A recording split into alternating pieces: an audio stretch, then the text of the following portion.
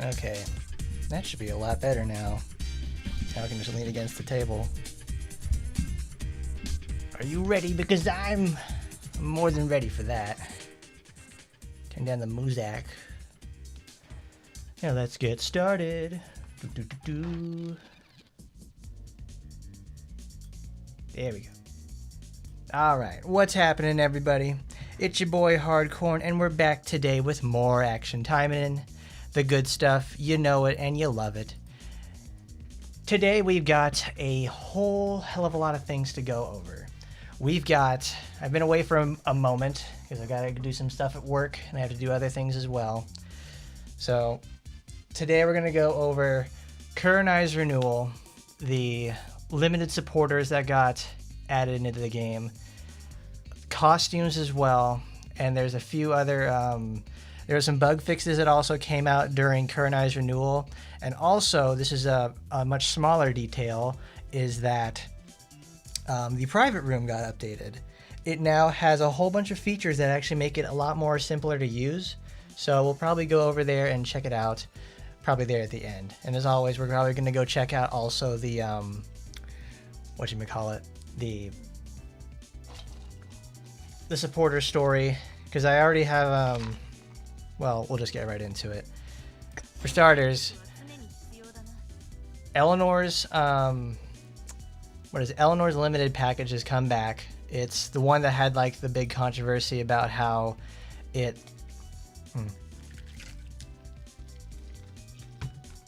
is the one that had the controversy regarding how they changed the ability of the supporter. Instead of being like 24% proportional to the number of enemies afflicted by the wet status. So instead of 24 times like you find 6 enemies and you get like 130 something percent damage, you now get like absolutely awful damage at this point.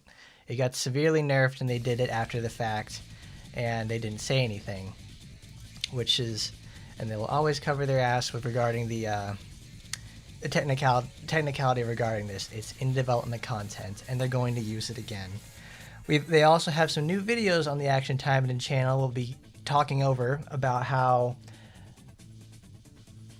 mostly November. I didn't do the newsletter because during that weekend I had to go to work, so I just didn't do it. But the newsletter for November is just detailing Kurenai stuff and also how we have a bunch of reruns this month. So if there was any time for you to slow down at the game, it's like right now. It's just a bunch of paid packages. Kikuchi Azusa is, it's Kichi, not Kikuchi. Azusa over here is our newest limited supporter. So we've got a pretty good inkling that, you know, she is the limited supporter for this month. And that means when they get limiteds, they become characters. This is probably a character who's going to share with Rinko, I hope at least, because it probably is like, this is going to be effectively a sort of stealth, I think, buff to Rinko or something if Kichi Azusa works the way I intended it to.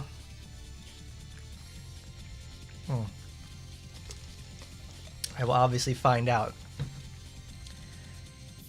But her supporter is pretty neat in the fact that it Protect Colors, one of the most, actually it's a much more meta color now than it has ever been before. It's a built-in speed boost, maxes out at 16%, gives penetration of allied human characters by 11%. There is debate going around about how this does not apply to your character that this is equipped to, and it only works on partners. We don't actually have a way to look at stats and everything like that, so you have to take into consideration of damage. But this is actually it's a pretty strong supporter since it it's only humans itself, so that's like 1/3 of that's like almost like what 40% of the cast right there. So, and the meta for VR when you start climbing really high is with demons, so it's limited in that aspect to say the least. I think like the only human that people really take to like the highest extent of VR is Rin because of her insane DPS. And even then, you could probably just pick her for somebody else. She's pretty cool, though. I do like how, you know, combines the Taimanin elements that they have that we know and love so much, but they also have plate armor on them, which I like a lot. She actually she looks like some sort of Sengoku Basara character. And I would really like that. It just makes me, seeing her like this, it just makes me wonder, like, man, I want another English Sengoku Basara game. And then it makes me think, like, I have to get a PS5 for the new Dynasty Warriors game, and man, I ain't doing that shit. So, and then her main spot passive is, it uses Mind's Eye just like Mr. Tokiko.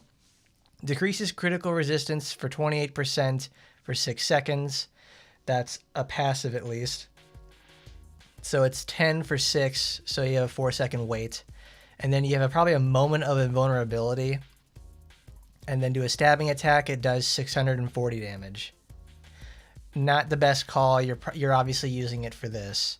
This is something that people will not consider to pick up right now because it doesn't do anything immediately amazing. Like, it doesn't nuke, it doesn't do anything like that. Like, if you're actually like thinking at the end game level, this is actually a very important supporter because it's penetration.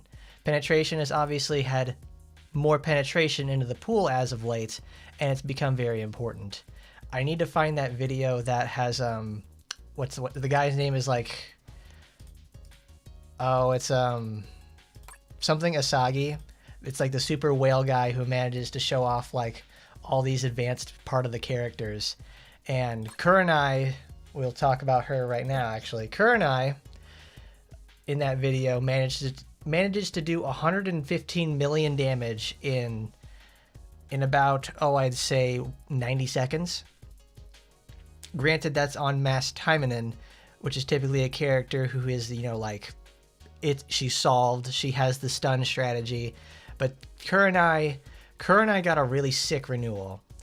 Not just in the fact that it's like, it changes her skills to make all of the AoEs like actually hit and not be totally terrible.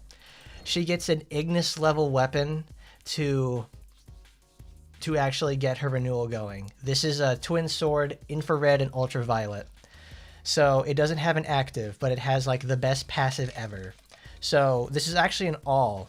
So that means whenever somebody is going to share with Kurenai in the future, they can use this. And if somebody in the future can use this, they could probably do it better than she can. Because the most effective way to play Kurenai has always been to use her basic string, or just like Tornado Ren and her like triple blue skill from what I remember. You use that, and you're just fine. But her basic string is one of the best in the game since it's so fast and has a huge hitbox from like day one.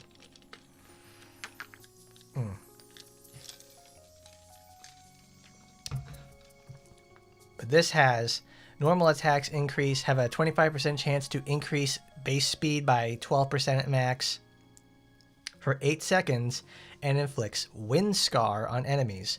Wind Scar is her unique debuff that she got on her renewal, and we'll talk about that afterwards.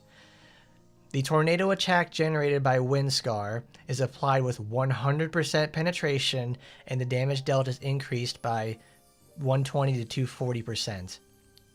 Now, since this is applied with 100% penetration, that pretty much means that if you've set it up correctly, she is going to pierce the entirety of the enemy's armor and do what her damage is supposed to be in the first place before all the reductions happen. So that's how Kurenai can do so much damage now, and with just her basic string in the first place. This is a really, really good weapon against single target encounters. It doesn't have any sort of like massively game-breaking thing like Ignis does with cooldown reduction, but Kurenai never really has needed cooldown reduction. She's always relied on her string and then using God's Eye.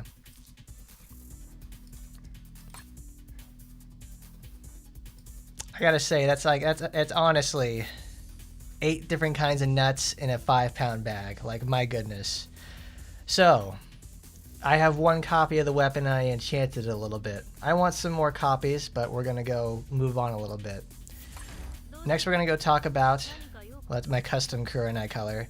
We're gonna talk about Kurenai herself. Need to pump up the jam.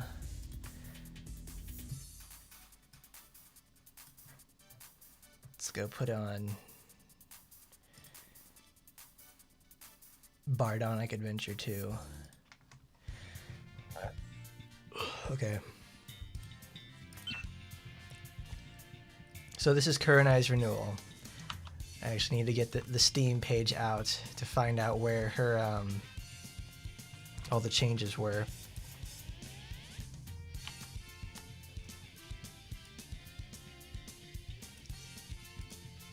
Because there's actually a lot going on to her that actually changed, and I'm kind of happy about that. Because we've talked about this before, Kurenai herself has always been like, you know, a rough sort of thing to use in the first place.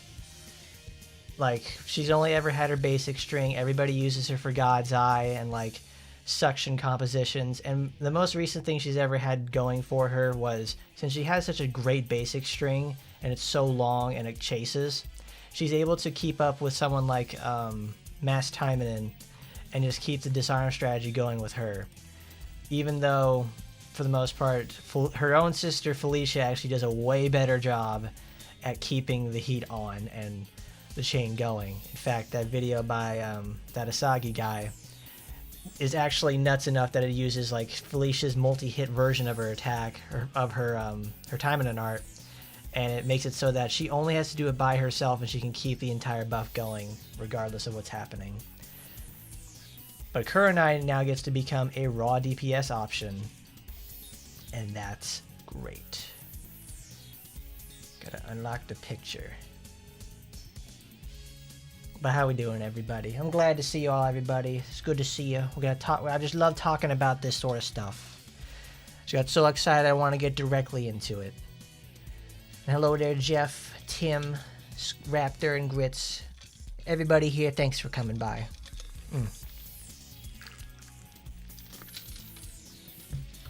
I'm glad to see everybody. I'm glad to see everybody show up for Miss Kurenai too. Alright, here is her info. I'm pretty sure. Alright, there we go. I cropped it correctly. So, we're going to go over this. So, Kurenai's adjustments as follows. She has more visuals have changed, and some of the animations have as well. They actually have. A new effect and debuff has been added. That means she can add them on there for sure. So when she uses a skill attack, inflict Wind Scar on the enemy. That's what we were talking about earlier. And her unique debuff, Wind Scar, it takes a significant amount of damage when stacked 3 times and reduce HP restoration of 50% by 5 seconds. So whenever we gotta fight Yuffie and Sophie or anyone that recovers in the future, Kurenai is actually like the answer. You don't have to get any like crazy stupid supporters that reduce HP restoration or become like a DPS machine. No, you can just use Kurenai, and now she can actually serve a purpose beyond just disappointment. So because of this, Shinganji dual wield style has been increased. This already was good, now it's even better. Tornado Rend, the range for it is way better. Deflecting Wind, now you can actually dodge out of the skill when you're in the counter stance, so you don't have to sit there for 4 seconds. Storm Zone is better than before. The delay after the skill after it was used is decreased, so now you don't have a recovery animation. So you just like, bam, you get out of there. The slot effect on Howling Wind has changed. Instead of increases critical damage by 250%, it now increases critical by that much, and you gain super armor during the attack. Attack range for Gale Slash is increased. Spiral Rend has increased, even though Spiral Rend is still not that great. And the delay before using the skill has decreased. I think Spiral Rend is the her air combo. See, I haven't used her that much. I've had to get some practice in with her because I forgot. Stormfang, though, is something I know that has been somewhat changed, and I kind of don't like it. Because Stormfang has changed in the fact that, like, okay, you throw a tornado, it attacks the target. It throws a dagger, it throws a tornado toward the enemy, dealing a sustained attack that sucks them in. That is on the base level stuff. No longer do you have to run 2 blue supporters to get the suction effect. It already does it itself. Kurenai has always had this. I've always wanted it to have suction because it's a tornado. That's what they do. And now it's built in on the base level. So now it has Protect 2. It now decreases enemy defense by 20% for 10 seconds. You can throw that stuff constantly. It's like one of her best skills out there. Like, I remember when I got her 81, I just loved throwing those tornadoes everywhere because it gains particles all the time. Sadly, the particle generation build has taken a bit of a hit because particle charge from the suppress set is gone because it's 3% per hit. This tornado hits like 10 times. So you can pretty much fill up your bar like every couple of seconds. It's kind of nice. But you get a speed bonus now, which is actually kind of welcome, so she can actually get her DPS in there as fast as possible. However, that's it's nice to say the least. I really, really appreciate the sort of changes because she's solid. She was solid then, but she is still, for the most part, like, kind of okay. However, before she gets infrared and ultraviolet, she's pretty okay. I've never been much of a fan of Kurenai. I read part of her eroge, and I was like, I'm not too into this. I was never much of into her designs or anything like that. So let's take a look at what's actually changed. So, this is her default outfit. Everybody knows it. Good old Crimson Maiden. Let's actually get it off there because the white balance is messing up the stream on my end. Oh, we gotta take the image off. So, in terms of things that have changed, it's actually not quite a lot. She's still got the booba game. It's actually made quite bigger for the most part, which I can certainly appreciate. She needs them because she's competing against Tit Cow Nation that's been releasing for the last, like, 6 months. Like, for the last part of this year. Like, sheesh. Ooh. Oh, my goodness. Kurenai is, like, one of the more modest girls of the group. They gave her the high gloss. Actually, it's hard to know. It's hard to a little bit tell, but I don't know if they actually gave her the high gloss effect on her outfit, because you'd be able to see it when it has like the lighting position changes like this. I don't know if they exactly wanted to apply only to this part because the jacket is like, I think, leather or cloth, and this is supposed to be like latex, which is shiny. Then the metallic part is a bit different. But the most important thing about a Taimanin is usually their eyes. It's how people see them, it's how they see the world. And Kurenai got a major facelift, on the same level of Asuka, where everything is dramatically changed. She doesn't have, she's not bug-eyed anymore, she doesn't have fetal alcohol syndrome. Kurenai looks good, and she actually looks happy to be here, rather than just being totally told to eat shit for once. The texturing still obviously is a bit rough around the edges, because this is still here. The rivets on her jacket are still, a flat 2D texture, and they're not actually metal like her boots. Like they have the rivets there on the belts and everything like that. Like from the back over here, she looks like an Organization 13 character. But let's see. Well, she can't take off her jacket because, it's Kurenai. She needs the jacket. So we gotta go look at Divine Armor, one of her better costumes.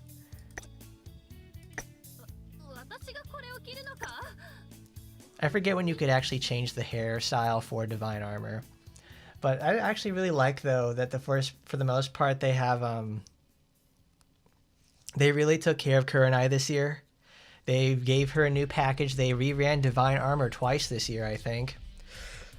And they also have, they gave her, I think, her weapons back. They did a lot of stuff to make sure that people actually remembered who Kurenai is in the first place, because Felicia appears much more in the story than she does. And I hope this actually is a good harbinger for someone like Felicia, where she's got, people remember Felicia. Oh, wow, look at this. I thought she grew a fin for a second.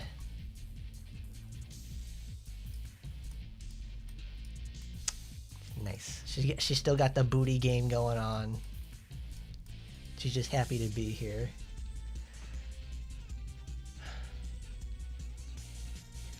Kurenai got a lot of changes that I really like. I'm more or less impressed that they actually. I'm glad they gave her a weapon that manages to shake up a little bit of the meta, at least in a one-on-one enemy situation.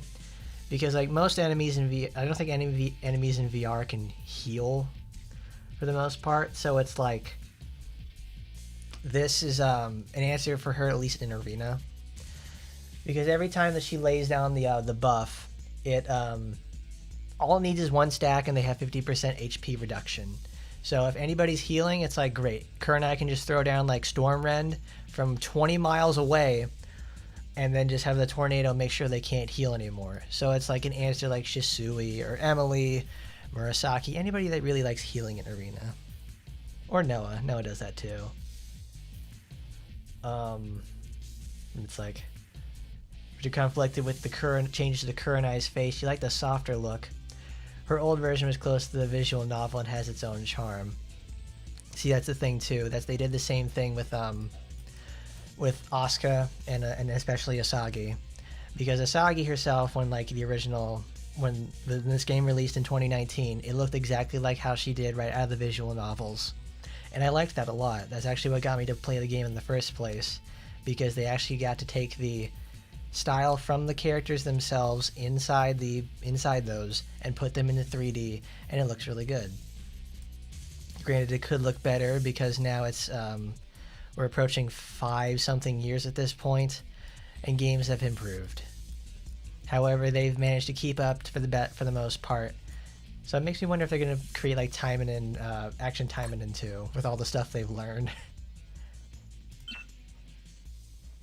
Let's give her some stats training. She certainly needs it. Well, she deserves it. She's been at 50,000 for like the last 3 years. Mary is forgotten for the most part. I don't know if they'll ever actually bring her back, because has she been involved in any sort of story as of late? Because if they get involved with the story in some capacity, or they get like a talk of a supporter, usually what'll happen is like they'll start involving them again, and they're gonna get something out of it.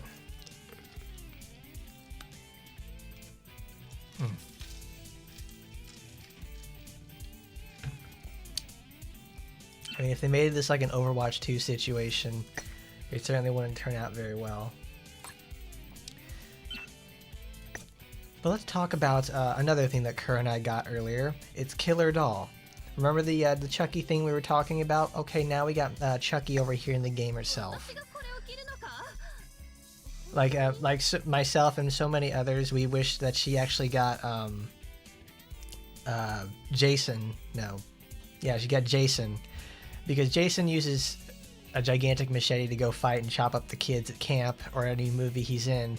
Chucky is like a doll that comes alive and like just murders people in various like somewhat comical ways. So, in fact, the Chucky motif actually fits Felicia more than anything else. I wish they got like the sisters. I wish the sisters got like a horror set where they have Felicia's set where she gets to be Chucky, and Kurenai gets to be Jason or something. And then we get like limited. Then we get like an Oboro costume there where she's Freddy. Then we get the complete like the Halloween trio. Somebody gets to be Michael Myers or something. But it actually has a little bit level of detail inside. You can change your hair color. You can take off the scars. You can change your clothes as always. And you can actually tear up her shirt too. So it's pretty nice. I like. There's no reason never not to play with the torn clothing either. Mike Myers Sakura. Let's see, what colors can we change on this? So blue is obviously for the denim. Green is...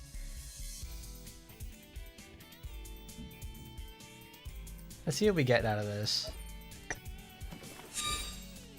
You know what, I can dig this because it actually complements her hair.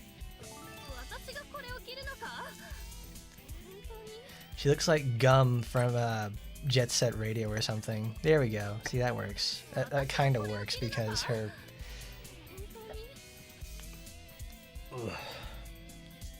Because her hair's blue.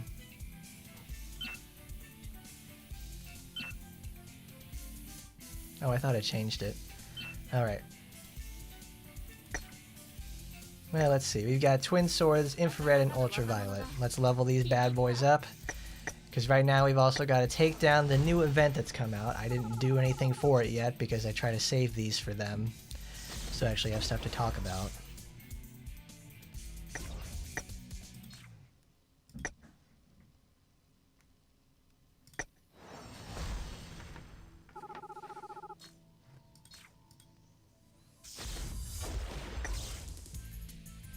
Chucky's a doll infused with the soul of someone who used to kill and rob stuff. He was brought back usually either by himself or from someone who knew him, and the method of returning him back to the dead. He's inherently got a sequel Bates in mind. How very interesting. They managed to put like sequels.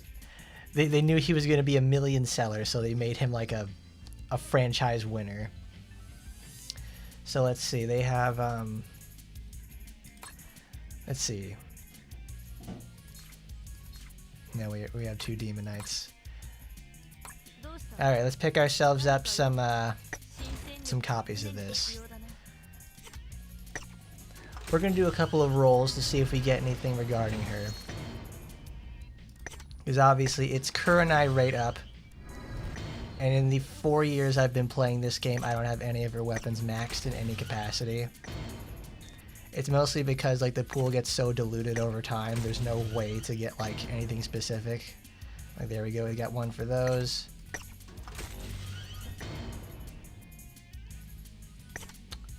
But in other news, did anybody get to see the Mike Tyson versus Jake Paul fight? My goodness, I got a Netflix to... Okay, we got Saya. Oh, that one, nice. I got a Netflix for that to go actually see what the fuck was up with that thing. And the girls' fight beforehand, that was phenomenal. That was worth the price of admission, to say the least. Damn, nothing. We'll get the pity for it. We'll get the item. It's 185. Alright, we can get to that. And we'll have it ready for next. We'll have it ready for when Azusa releases, so I can get the costume for it. Because the girls' fight beforehand, that was really nice. That was a good one to watch. A good old-fashioned slugfest there at the end. But then, like, you get to the Jake Paul fight, and then it's like after a certain point, they had a like I think it was like round 3. Mike takes 3 slugs to the head. Like he takes like 3 good lefts to the head, and then he's rattled, he's slowed down, and then they go all 8 rounds, and then it was over. It certainly was interesting, to say the least. We'll get 1 copy of Infrared.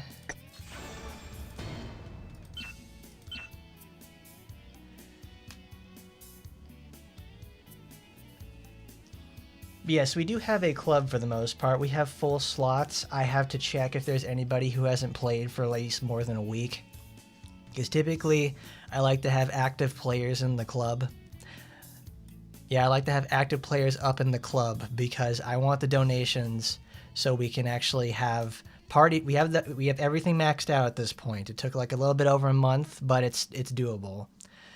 But like thanks to everybody donating, which I really do appreciate, we managed to actually get everything maxed out, and we can just we can use the party effect now about every day, which is fantastic because it makes farming VR that little bit faster. And as everybody knows, everybody wants VR to be faster in every respect or shape or form.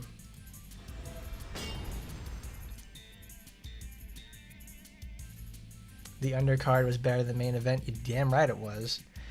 I didn't get to see the first part, but I saw some clips of like the first fight they had that evening. It was like the Indian guy and the Mexican guy at first. They went the distance on that one. I think it went up to 12 rounds. They got some good. It was some good old-fashioned fighting. I didn't see the second match, but the 2 girls fighting, that took the cake. That was really good. Actually, like my goodness, cut Amanda's like eyebrow open, and it's like on a headbutt with that. The mix fighting dirty, and the beating the crap out of each other. Like that was good. That was much more entertaining than the actual than the actual top card billing fight. So we got that. We have 1 copy of Infrared. Oh, that's right. Since this is Kurenai's Renewal, Once we do a few more quests, we get like, I think it's like that. Yes, also the private room got renewed at the same time. I forgot to mention that. We will go over the private room later on, because there's something I want to do in there, because I saw something earlier that I wanted to try out in the private room, because it's something very simple, but you couldn't do it very well in the previous private room, because it was so difficult to have minute control over anything. I hated doing it. I really did not want to ever do it. So where's Miss Kurenai? There she is. The autism spectrum. Well, at least on Android, I can understand it would be hard to control, because it's like... Oh, I didn't combine those. Kurenai, I'm coming. I have to save you. Because like on the private room itself, like on Android, when you're playing on your phone, it's like it's super tiny, and you gotta use like the tip of your finger to do anything. That, or you have to get like a stylus to make any sort of like minute adjustment. And then when you're on like the computer, you can just click on it and move. Because from what I remember, oh, this is perfect. This is the perfect time to do it then. Because we were gonna watch the videos over what's coming up ahead later this month. Because what's also coming later this month is a new package. Where are you? There.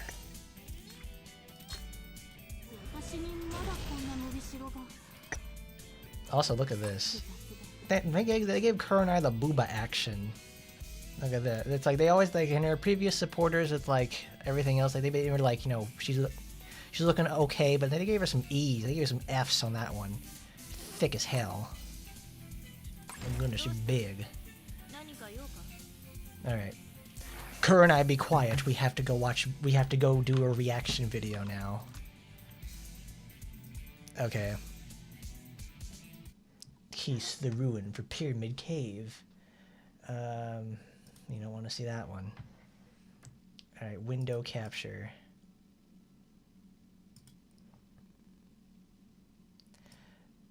Am I planning to get the outlaw outfits? Kinda. Vrins is on the golden pass, and it's like I really don't. I've already spent. I need to save. I need to wait until I actually get more money for something like that. We've already talked about Kurenai's renewal. This is obviously like, it's going to talk about November season, everything like that. What I want to talk about mostly is this. Oh, Axel Sirius is streaming? Hell yeah.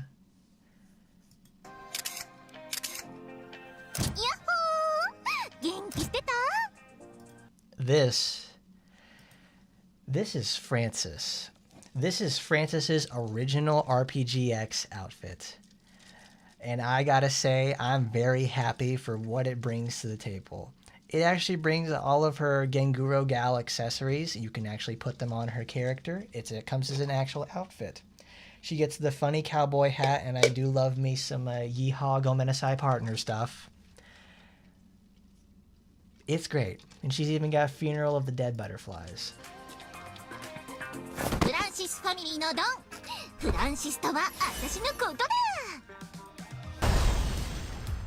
Revolving bat. Okay.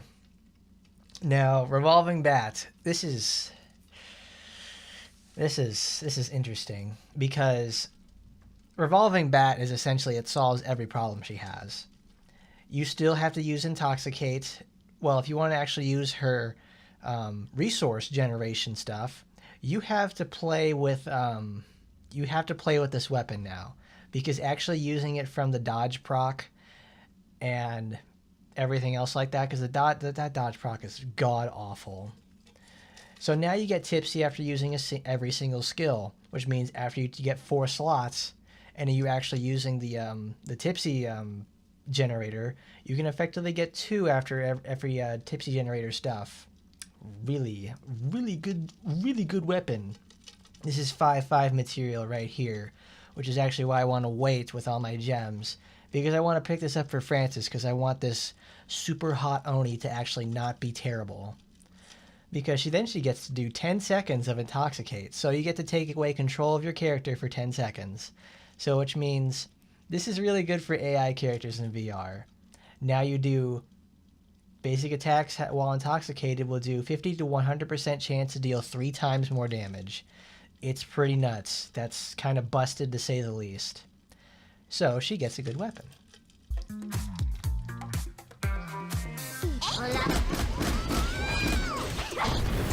They don't do a very good job of showing this off because we don't think they get into actually like that.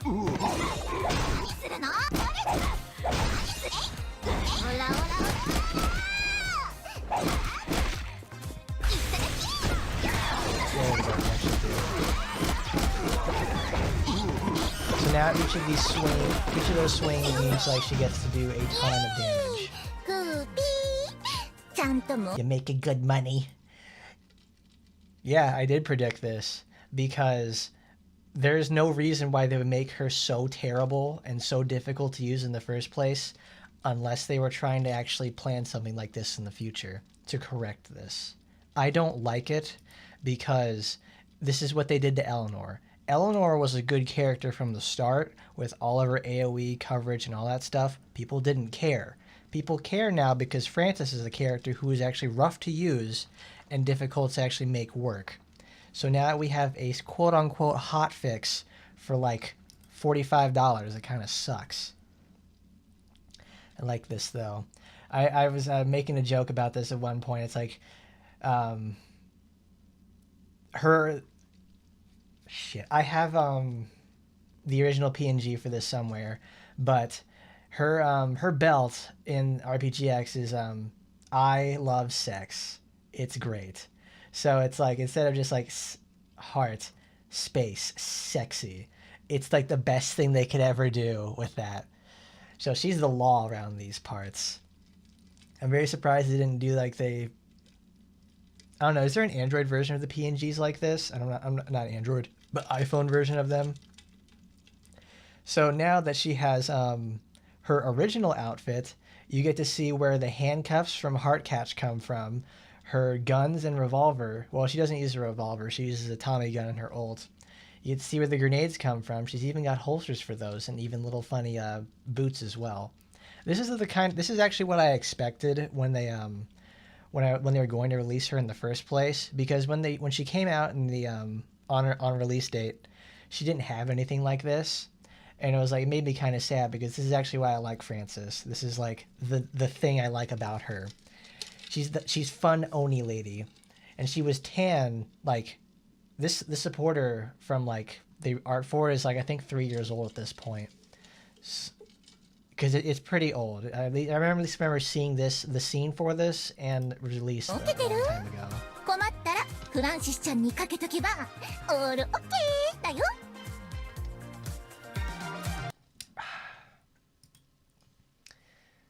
I just find this kind of funny though. It's like they didn't they don't have actually like a clear version of this. They just took the pencil tool. They took the pen tool and marked it out. It's like, come on guys. It's like that. Don't try. It's something so simple. Like if you wouldn't be able to see this because it's so dark. But I saw this because I was moving the screen. The screen moved a little bit and it created a glare, and I saw this. But her supporter, oh man, this thing is insane. I can almost damn near guarantee that this is going to get nerfed this is going to get changed before it gets on release. So you get increases damage done by melee attacks by 40%. Only 2 supporters in the game have increased damage up by melee attacks. You can now use actually all 3 of them together now. So increases speed by 4% for 8 seconds, up to 2 stacks, activates every 3 seconds. So this is perpetual. She's just gonna she has an innate speed boost, which is what she should have been that little bit faster in the first place on release. This is literally, it maxes out at 8%. 8%. and it's perpetual since it like each stack refreshes every 8 seconds, every 3 seconds, and it lasts for 8. You'll never not have this. Like this goes great for like Rin or Asagi or anyone really who uses a lot of melee attacks and wants to go fast. This is also in green too. It's obviously like green has fallen off a little bit. It's just sad to say the least, but hey, that's what happens sometimes. Things change. Blue used to be a color nobody wanted to touch, but now everybody wants it. Look at green now. But the passive is where the money's at. When you get hit, that means hit by anything.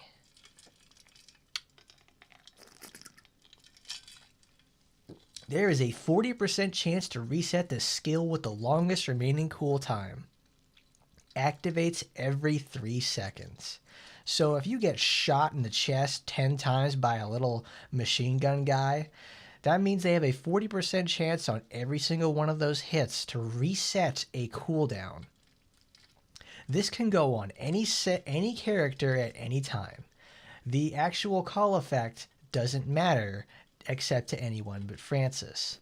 In fact, it makes me wonder, since if it grants 5 stacks of Tipsy to any character, does that mean... No, this would just work like the Berserker stuff, the Berserker weapons from they gave away like 2 years ago. So, yeah. This would honestly be a pretty interesting thing to try out because you could give 5... Because like as soon as you get 5 stacks of Tipsy, it automatically puts you in Intoxicate and you lose control of the character. We don't have anybody that can remove buffs yet. However, since every 3 seconds this buff can activate, it's actually really strong for that reason. I want to see what happens to this, because a 40% chance to reset some of Francis's strongest skills alongside with about any other character, really. Like, you put this on an AI and they're going to be spamming their stuff all the time. You effectively get to play Ignis Ingrid without having to play Ignis Ingrid. And you get to do it in blue, too. Not blue, but in green.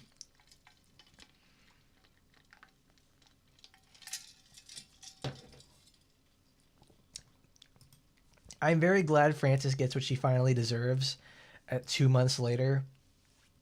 But it's like, why did it have to take this long? Why did we have to get a weapon that's like on that caliber to do that? No, Tim, check this out. When you have skills like this, the call effect is only is leveled up by awakening. So you just awaken this thing twice, and it will go. It's a base level 20% chance. So that's 1 in 5. You have a 1 in 5. In every 1 in 5 hits, you have a chance to reset your longest cooldown skill. So which is what you put on for like triple green, red, or blue. What matters if it's a 5/5 or not is this. This is like, it's nice. It really is. This is what I care about the most. It's like Torajiro. It's not Torajiro level stuff where it's like really good right out of the box. This probably will get changed. But but Eleanor had this beforehand where she had to have something changed. And if you want to play with her her stacks gimmick, you have to get a limited weapon, and even then it's still not very good. I digress.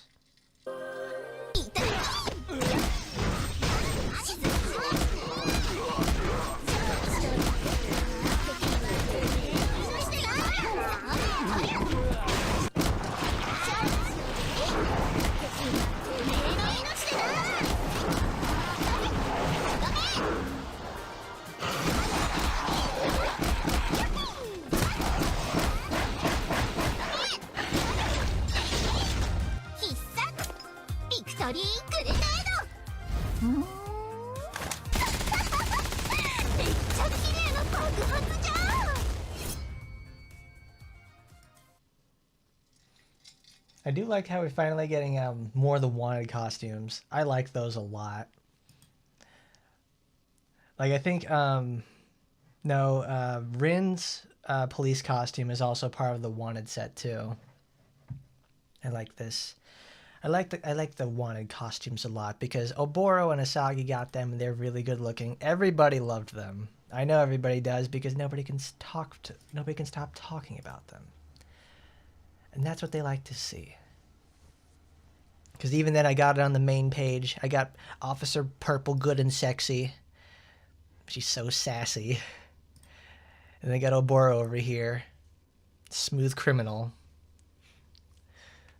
It's a really good supporter for her, and it's also a really good supporter for a lot of people. It's just a general all-around good supporter, and something that people should probably be on the lookout for to make sure they get a good copy. They get at least a copy of, because since the skill cooldown reduction is like on the awakening side of things, you don't have to worry about too much with it. It's Halloween. Let's see. Where are you, Kurenai? Please, oh please, Miss Kurenai. I want to make her fat. No, you need the suction. We need to get that suck. I'm gonna get the suck. Okay. So we got Howling Wind. I'm glad this actually has armor behind it now, because I did remember mentioning in my video that I made 3 years ago. Can you hardly believe it? 3 years ago, I talked about how this is like, you use the skill and you're prone to get interrupted during it. All it needed was super armor. I don't even think super armor was a thing they were thinking about like back in the day, because only like Tokiko had it and nobody else had it for a long time. And even then, before that, Murasaki got it as well. Let's see, Spiral Rend. Oh, Spiral Rend is much faster now. Stormfang. Alright. I don't want to use Oscar right now. I appreciate the Foxy Lady, but we can't do much about that.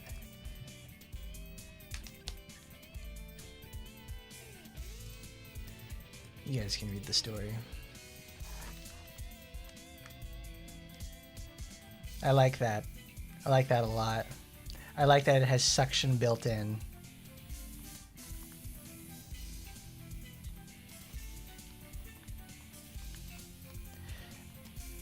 It's what the suction should have been there in like the first place.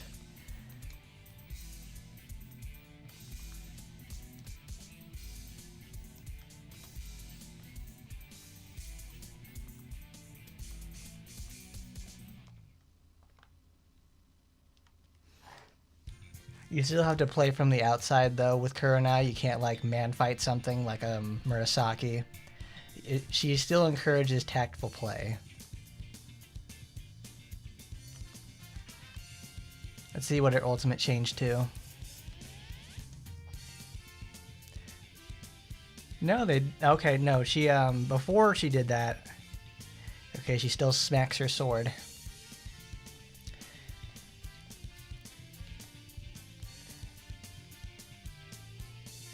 Kurenai got the suck. She sucks that shit clean. You're gonna suck these. You're gonna CC that clean. Oh, I need to change her from the pumpkin weapons. You know, Kurenai actually has two Halloween themed sets. It makes me wish they were a little bit more astute with Kurenai, so they could actually have something released for her every Halloween. Because I think she wasn't released on Halloween. On Halloween they release on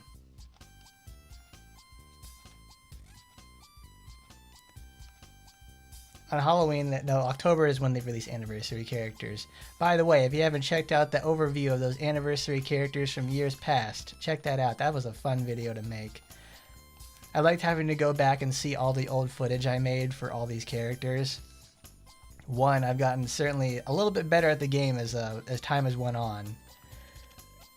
But also, it's like going back to see some of those menus right there. But going back to some of the menus that they had in the game, it's like they kind of sucked. They really did. They've managed to really clean up this game a lot. Like, even going back to, like, when I was looking at the Tokiko footage, it was like a sad state of affairs, to say the least. The game was much more limited than it was even now. Oh, there's these little fucking ghosts. Dude, these fucking ghosts, man. They're gonna have to get a little ass kicking, I'll tell you that much. Casper's gonna get a boot up his ass if he tries that shit again. He's gonna get a boo, scary.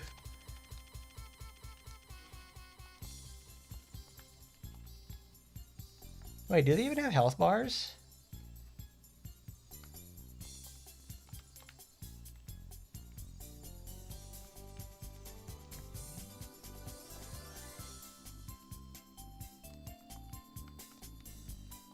I guess these ghosts have like invisible like meters or something. Did you see that? Kurenai managed to pause in the middle of that, so she could just sneak up on the enemy, and just slice him to bits.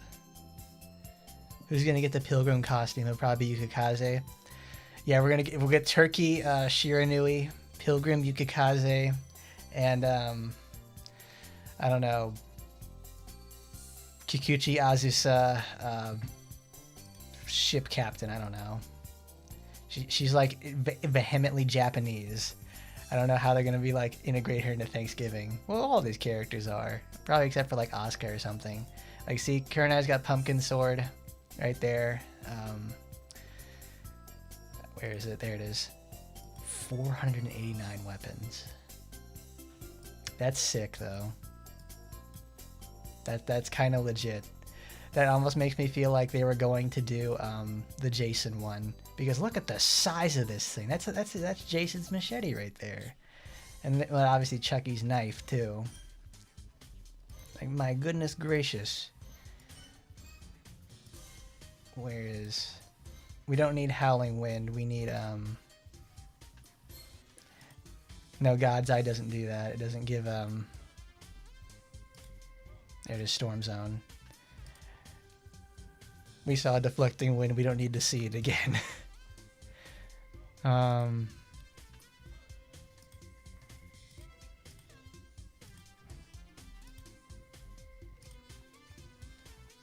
Do I have plans to collaborate with other AT creators? I am not online enough to do that. I try to sometimes, but it's like with the way my work is, I come home at like the middle of the night and they're not on. That's just to say the least. Like, I think Bella D is in the Philippines, which is 12 hours ahead of me. Like, by the time I get home at like midnight or 1 o'clock, it's already like it's noon for him over there, and I still have to like go to work the next day. Like, there are some days at work where it's just like I don't want to come home and like set up another stream or something. Stab my ass in the back. Kurenai, you gotta watch your back shots. I like that skill is faster too. It automatically comes with the come down too.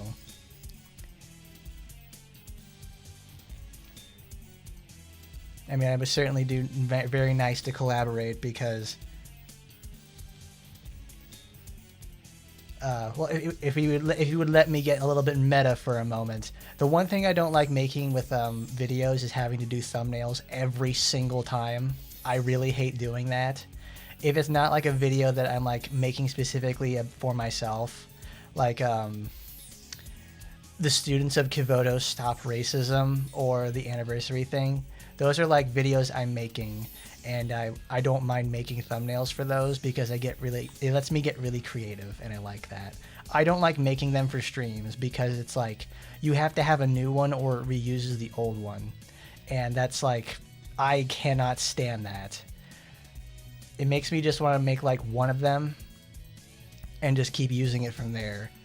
Because today's thumbnail is we have news with Miss Phantasma. And today is partially news, that is for sure, so it makes a little bit of sense. But it's also like, I really don't like having to make that. It sucks. It's honestly like my one thing that makes me want to not stream so much is having to do that. Because it's like, also, if I go to Twitch, it's a numerical problem. But either way, it's like, that's besides the point.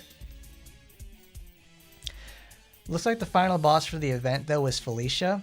That's going to be interesting to say the least, because Felicia is almost always a nightmare to fight because she has so many attacks and so much AoE. Thankfully, though, her sister can solve that. Look at that. All the way from downtown. She got stunned like the Dickens.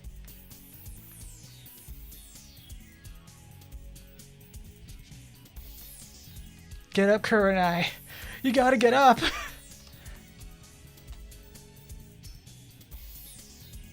Look at that. Look at all that slurp gang. I don't play enough PvP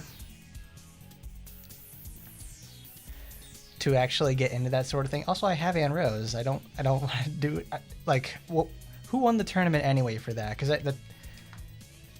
I think it's probably your internet, because I have no drop frames over here. It's a rock solid stream. Unless, let me check that over here. Wow.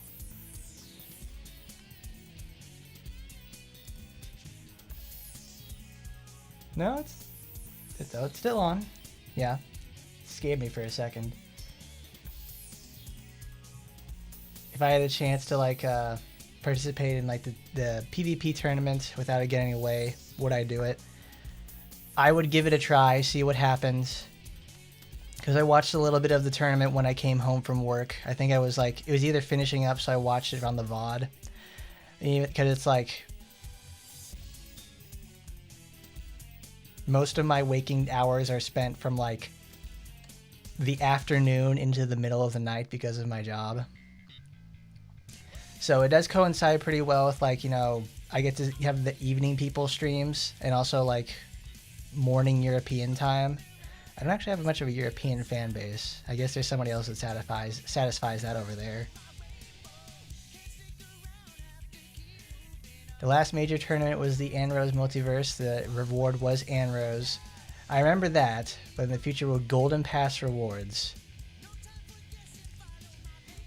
Well, granted, they would have to hold those tournaments a little bit more frequently because, from what I remember, Golden Pass usually lasts exactly 30 days.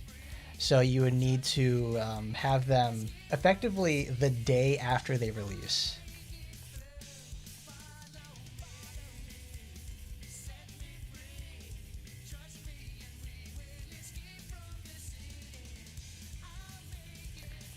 Gorg, do you know how they were able to like give the payment to the winner or something like that? And also, it's like if you had Ann Rose, what would they do? You just won $30 or something?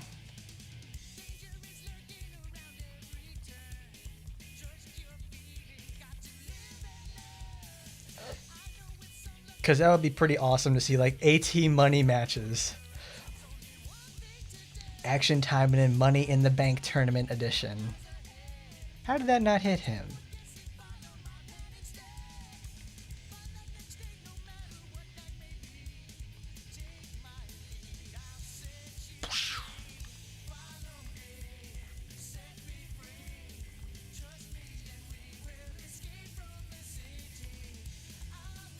Let's see, in December also we're going to be getting,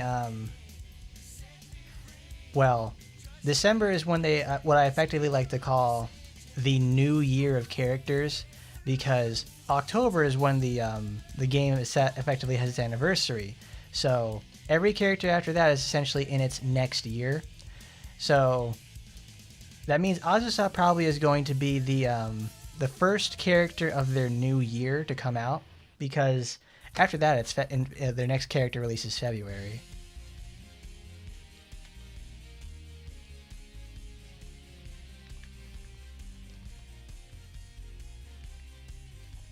So at least for Christmas, they're trying to, well, let me put it this way.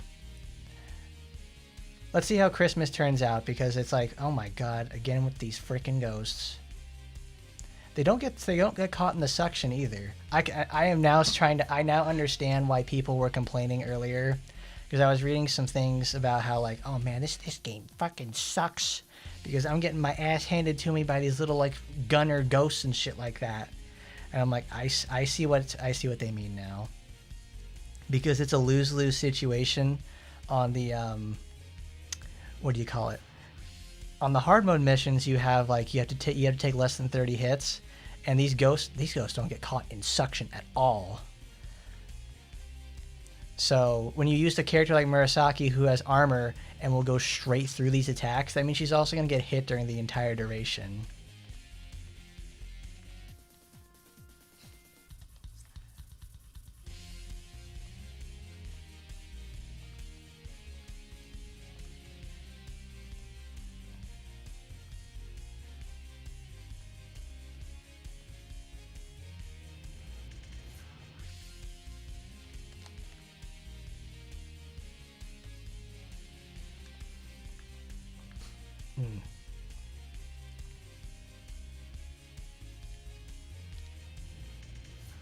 You can only use event SR supporters and SR weapons. Not a bad idea, to say the least. Torneo Multiversal de Enrose. Oh yeah, it was from the Spanish AT guy who hosted it. So what do? It's just like, oh, I think the guy probably like what? Since the only way you would be able to get like PvP on that sort of level is like you'd register for the tournament, and then like he would make a new account, unlock the arena, and then add you guys, and then make you each other face off or something. I'm not quite sure.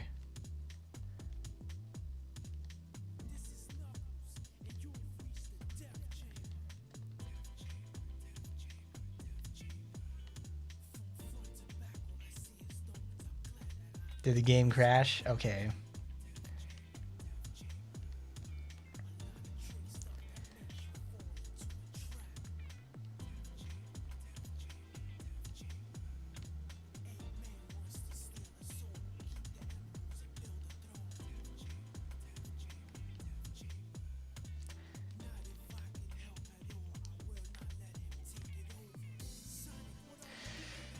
Oh, that's right. We have to get... Oh, we got less... Oh, to get less than 30 hits. It's only on hard 5 is where you have to get, like, do the combo. Gotta get that wombo combo. Happy feet. That ain't Falco. That ain't Falco. Let's change that.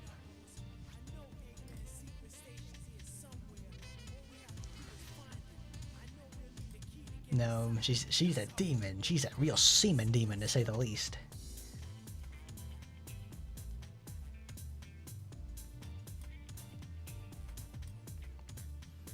You have to share your ID and use Discord to show your screen to show both players fighting, and you cannot cheer. So it's truly completely out of your hands, to say the least.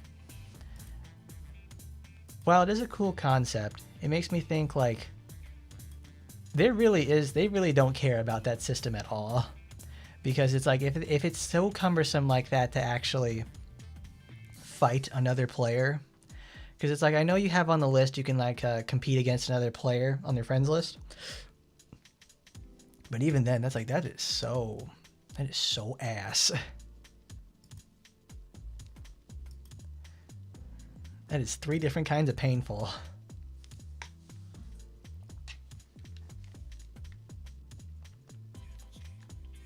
Oops. Oh, that's right. When you get knocked out of the skill, it still uses it. Oh yeah, this is the more monotonous part. So as of late, I've been playing some other games. As you know, when I come home from work, I do other stuff as well. I've been watching the 2006 and 2007 adaptation of Higurashi. That's been great. I love that a lot. I quite enjoy the story of Higurashi. Because I finally finished the visual novel like I think probably 4 months ago. I think it was sometime in like July or August. When I finally finished that, I was like, that was nice. So I gave it some time, and I finally came back to go watch the adaptation itself. It's been quite nice.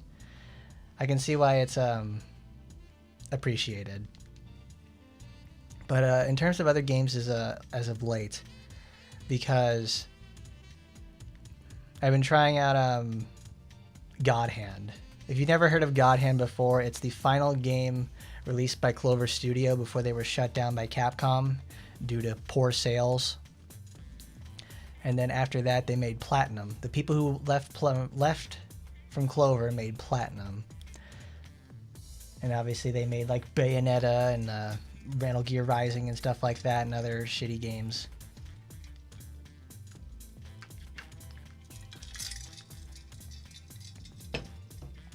But God Hand is like considered one of the most in-depth and honestly difficult games you could ever play, because it takes the ideas of like, it's a Capcom game, so they've done beat 'em ups for years and years, so it's like they kind of understand what it takes to do it. So Shinji Mikami, the guy who makes like who made the Resident Evil series, several other games that I can't remember, but he's most famous for like doing Resident Evil 4 and a few other stuff. He takes like the sort of like sliding scale difficulty that Resident Evil 4 had, that everybody loves talking about, and he makes it an actual visible portion of what's inside the game. So there's like 4 levels, like 1, 2, 3, and the hardest level, which is level die. It's a sliding scale with like how if you start doing really good at the game is going to get harder to compensate to beat you down, or at least until you learn how to play better. That is like the main challenge of the game itself. And also, since it's a Clover title, you get to, oh no, Shinji Mikami also worked on fucking Devil May Cry. I forgot about that. I think it's like the first one though, but he still did it regardless. Even then, it's like it's one of those crazy games. So there's lots of emphasis on combos, lots of emphasis on crowd control and how to make things work in weird and obtuse ways to satisfy a faster play and getting better at that. It's a really great game. I really wish they would like bring back that and like Beautiful Joe as well. That's a game God Hand is a game I would stream when I finally get good enough to learn how to do consistent counter hitting, because the one thing with God Hand is that there is no in between. You're going to be horrendously bad at the game or really, really good. There's no acceptance of anything else, which is it's a sad state of affairs I don't exactly like. It's like you have to. It's just the nature of those kind of games. You can't be bad because you need to be a stronger entertainer to play a game poorly and be entertaining at the same time is one thing, but then you have to be better to be good at it and still be entertaining is another thing. Because if I played it now and I did it the way I am right at this moment with my knowledge, it would be me playing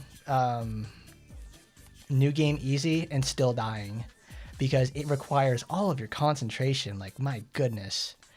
But by God, is it not rewarding? Like, holy shit. Like, I cannot believe, like, I think I beat it on normal, like, the first time, and I died, like, 100...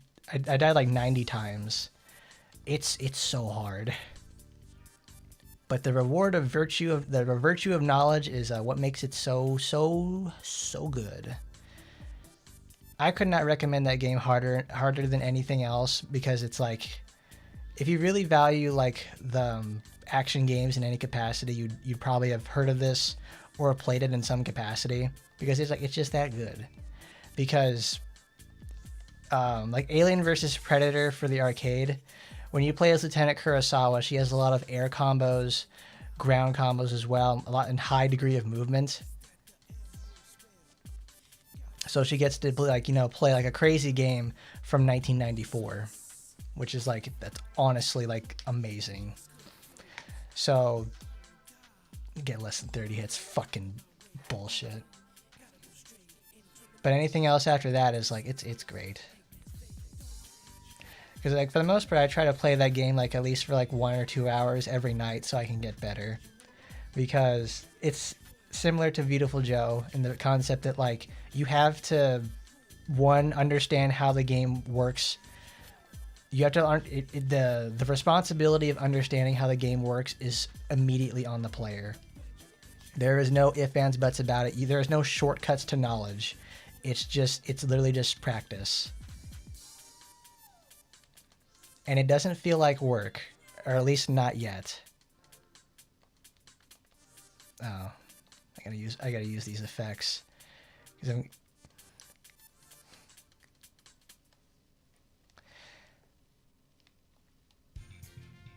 Like, boy howdy, I really do love it. Maybe one day that'll become a part of the stream or something. because I'm certainly not good enough to start doing like Devil May Cry combo mad. It's like that is like when we were playing that I played Devil May Cry 5 on here with Virgil. I think I spent at least 100 hours trying to get good enough at the game to become completely fluid at it. Because it fucking sucks to watch those games like being played poorly. Because when you fight inefficiently in like games like that, it's just boring and it's not fun. So you try to solve for efficiency or something like that, which is like, it's great. That's what I want to see. Okay. Now let the madness begin.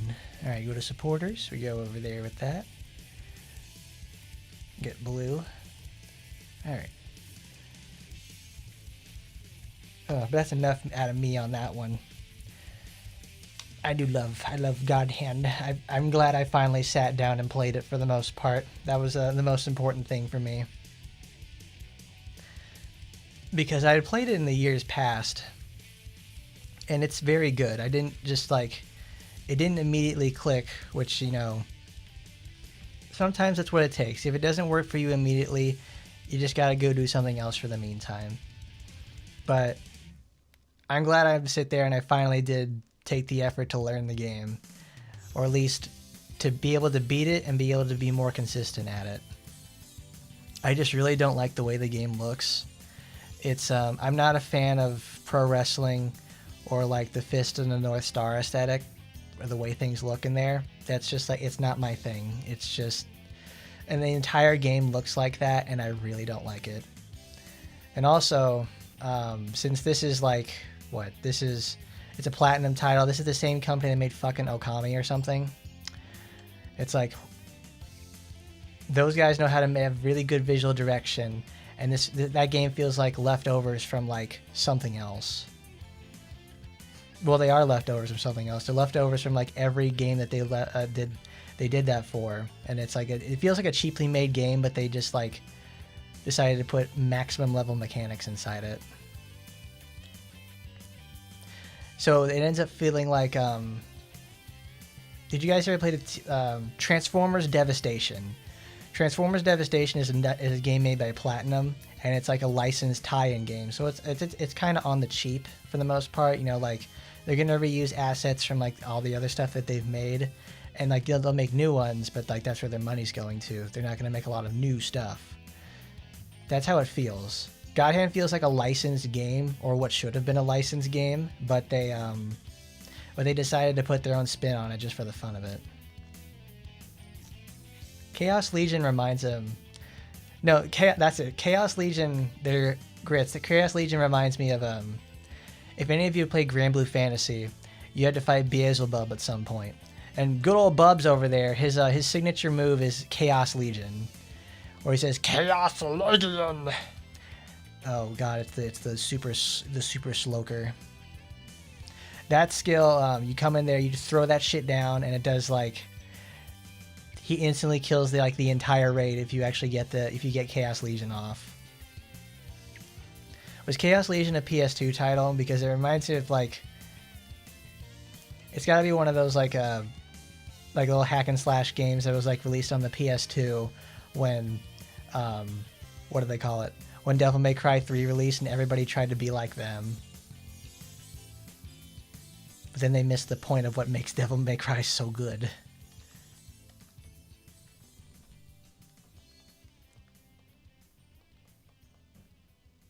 Swing.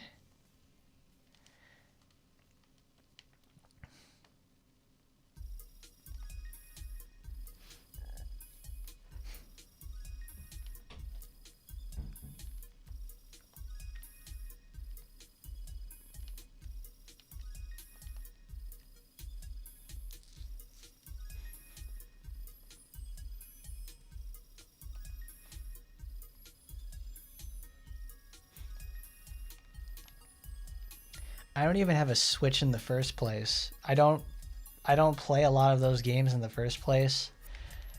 Like, I don't think I've actually sat down and played a regular Pokemon game, like, you know, cartridge and everything like that, for the last, like... I think the last one I bought was Sun and Moon.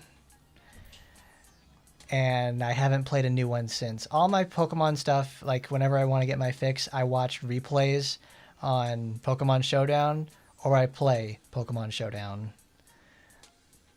Because that's what I really like about the Pokemon games, is actually the PvP aspect. That's really fun for me. So it's like, actually playing the games, it's like, if I'm going to play a Pokemon game, we're probably going to play a ROM hack.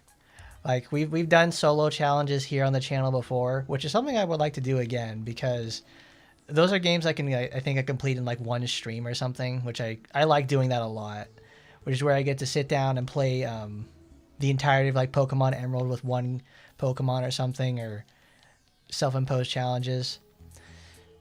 I would like to finally finally go sit down and play another, sit down and play a ROM hack on stream, like do a long form one of those, like no Nuzlocke or anything, just like sit down and play it. Because I like playing those. It reminds me of like when I was in high school. Not in like a nostalgic sense. It's like I liked playing ROM hacks. I really do. Sometimes they're absolute bullshit and they're like not fun. Other times they're really great. I think one of the most memorable ones I ever played was Renegade Platinum and Kaizo Emerald. Kaizo Emerald is one of like the hardest one of the hardest RPGs I've ever played, since it's a general just ROM hack for Pokemon Emerald. And that game was like, ooh, that was rough. That was rough to say the least. But I made it. I was so proud of myself when I finally made it through there. I made it on my own volition. I did everything right, and that was insanely hard. I remember at one point I had to change up my team because I was at the Elite Four, and I was like, okay, nothing's working. I gotta change it. So I ended up with like slacking on my team. And if there's anything that those sort of games teach you, it's you have to value switching. If you don't start learning how to switch your Pokemon, you'll just get hit with like switch into a priority move or get like totally owned. Because I was watching this video of a ROM hack today before the stream started, and I was like, well, that looks cool. Because this guy was doing like mono fighting. I think the game only capped out at 85, but it was like every fight was a struggle at that point, for better or worse. But Dynasty Warriors shares the same elements. Are you sure you're not talking about like Devil Kings or something like that? Because Devil Kings is Sengoku Basara, but released in for the West. And I think they share. Well, no, Devil Kings was made by Capcom. I think it was effectively their answer to Dynasty Warriors, and I like Sengoku Basara. Those are cool games, and I wish they released more in English, but they didn't do so hot on their first foray in the United States. Dynasty Warriors did, though, and they have like fucking 15 of those games now, and they always sell. Because who doesn't love a good Muso? Those are fun. Because remember we played the Pirate Warriors version for Dynasty Warriors for One Piece. And that was fun. I got to talk about One Piece. I don't get to do that very much because everybody watches the damn show. I don't want to talk about the damn show. I want to talk about the fucking story. Because I am current with the manga. I've been current for the last several years. Like, I actually sat down for 2 months and read the whole thing to get caught up to, I think it was Whole Cake Island. I got up to there, and it's like, I'm current. I want to get invested. I want to feel it.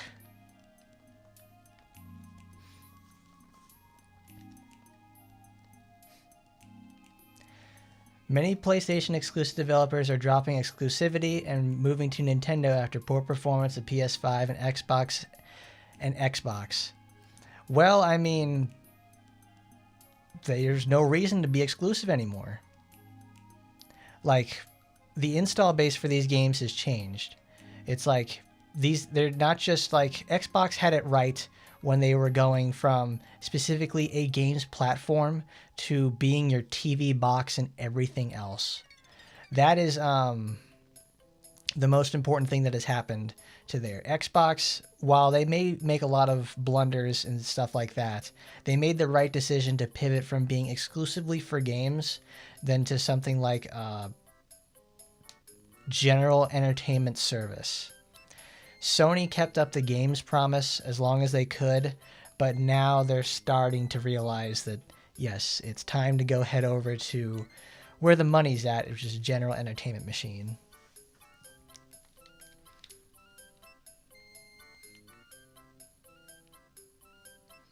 Have you guys ever played the original Dynasty Warriors? That game is like on the PlayStation 1, Dynasty Warriors 1 is a fighting game. It obviously uses, the same characters, and it's like, oh, I've got Yukimura Samura, I've got Nobunaga, I've got Yoshitsune is something else. It's like, oh my god, Peter, I betrayed him. Stuff like that. No, it's a fighting game. I never would have expected that, because the first, like, Dynasty Warriors 2 and 3, they lean more into like live action tactics side. Like it'd be like a live action RTS where you get to like play as the unit themselves, and then you get to do stuff with them. So I can't remember.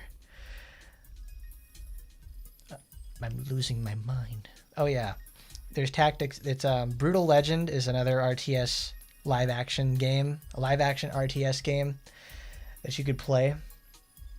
It's a really fun game. It stars Mr. Jack Black, and it's a very honest and lovely homage to rock and roll and the metal genre. It's even got Ozzy Osbourne inside it. It's not even like, oh, it's the guy who sounds like Ozzy. It is actually Ozzy himself, and he's mostly sober. Sounds great. It's really quite nice. Tough game for the most part, but regardless, Dynasty Warriors, when it started out, is like, on the PS2, when they finally like thought, hey, people like playing as the characters themselves and overcoming insurmountable amounts of enemies. It just feels really good to beat up like 1,000 mooks, get 1,000,000 KOs, get 1,000 KOs, because like who cares? It's like, it's fun. They have obviously like the newest Dynasty Warriors game is going to be like, it is way more into like the wuxia sort of storytelling and the way things look. Like, we've got cultivation, we've got genetic mastery and shit like that. The sort of stuff you'd find from like, Chinese media. Which makes me want to play Romance of the Three Kingdoms again. Because good old Jeff's got it right there with Icky Sticky Tosin, the best adaptation for romance ever. It's because it's got the booby lady. It's got the titty. It's got the booba action. The booba beatdown.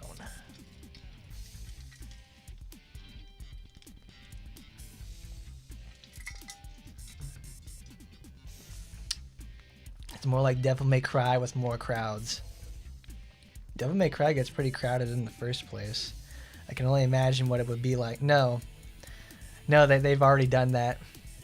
And you know what that's called? It's called Legendary Dark Knight mode in Devil May Cry, which is like, it is simultaneously like the coolest and also like the most annoying game mode in like everything in the whole game, because all it does is like it's a stress test on like, oh my god, no, I think it's only in Devil May Cry 4 from what I remember, because that's what I always played it in, was 4, because they would spawn in like every single room like the maximum count of enemies they could have in there. Because like once you start off in like the first level with Nero, you're in the town. It's like, you're walking around, things are going all right. Then you get to the first part with like that beat up the fightable blood totem or something, that crystallized blood thing that you beat up and get like $4,000 from. You get one of those, and there's like 70 enemies in that room, and you will like, and there's 70 enemies in the room, like just little baby scarecrows. And with those scarecrows, they hide a big scarecrow, like 2 of them inside. So once you're not paying attention to fighting the regular scarecrows, you have to fight this big ass scarecrow. You have to fight 2 big ass scarecrows, and they just kick your ass inside there. When you're playing it on Dante Must Die, you will spend so much time fighting those enemies that they will eventually just DT, and they just like it gets insane. The MT engine that the Capcom used for that generation of games is like, it is so well optimized that they can do stuff like that. They were so proud of it, in fact, that they have a system test inside of Original 4 for PC and the Special Edition to go to show, like, all right, you're going to get like 1,000 FPS. You're going to get 1,000 FPS on this game because it runs like butter. It's great. I love it. I like 4 a lot. We've played 5. I've gotten the itch again because since I've been playing God Hand a lot, I want to play Devil May Cry again. More specifically, I want to play Virgil mode because I don't actually like playing with Dante. Dante is like one of my least favorite characters in gaming in the first place. There's just not a lot for me to like. I like Virgil because you can actually play all 20 levels as him. You don't have to do like, especially in 5, where you have to, bro, you gotta play as V in 5, and I hated that. It's like, that's 8 different kinds of terrible. I hated it.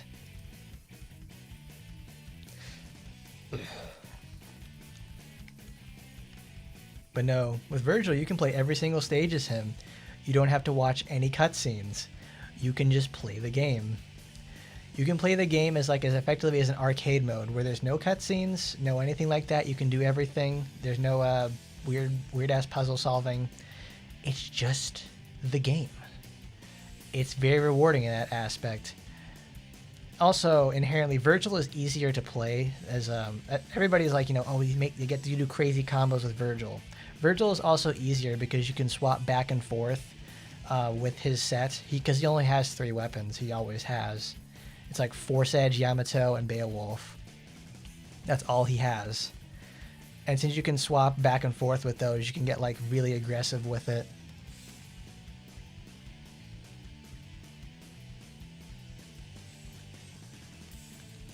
Felicia, stop beating up your sister.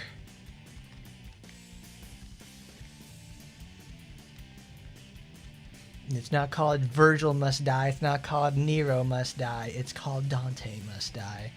I don't like him. I just don't. Every time I say that, I always get shit on for it because it's like, what don't you like about him? It's like, he's like the corniest motherfucker ever. It's like there's just nothing for me there. Like, it's just like, he ain't for me. It's the same thing with people. Why people don't like Virgil, because like Virgil's so up his own ass about everything. He's like, I need more power. Like, bro, you got a cold. Calm down.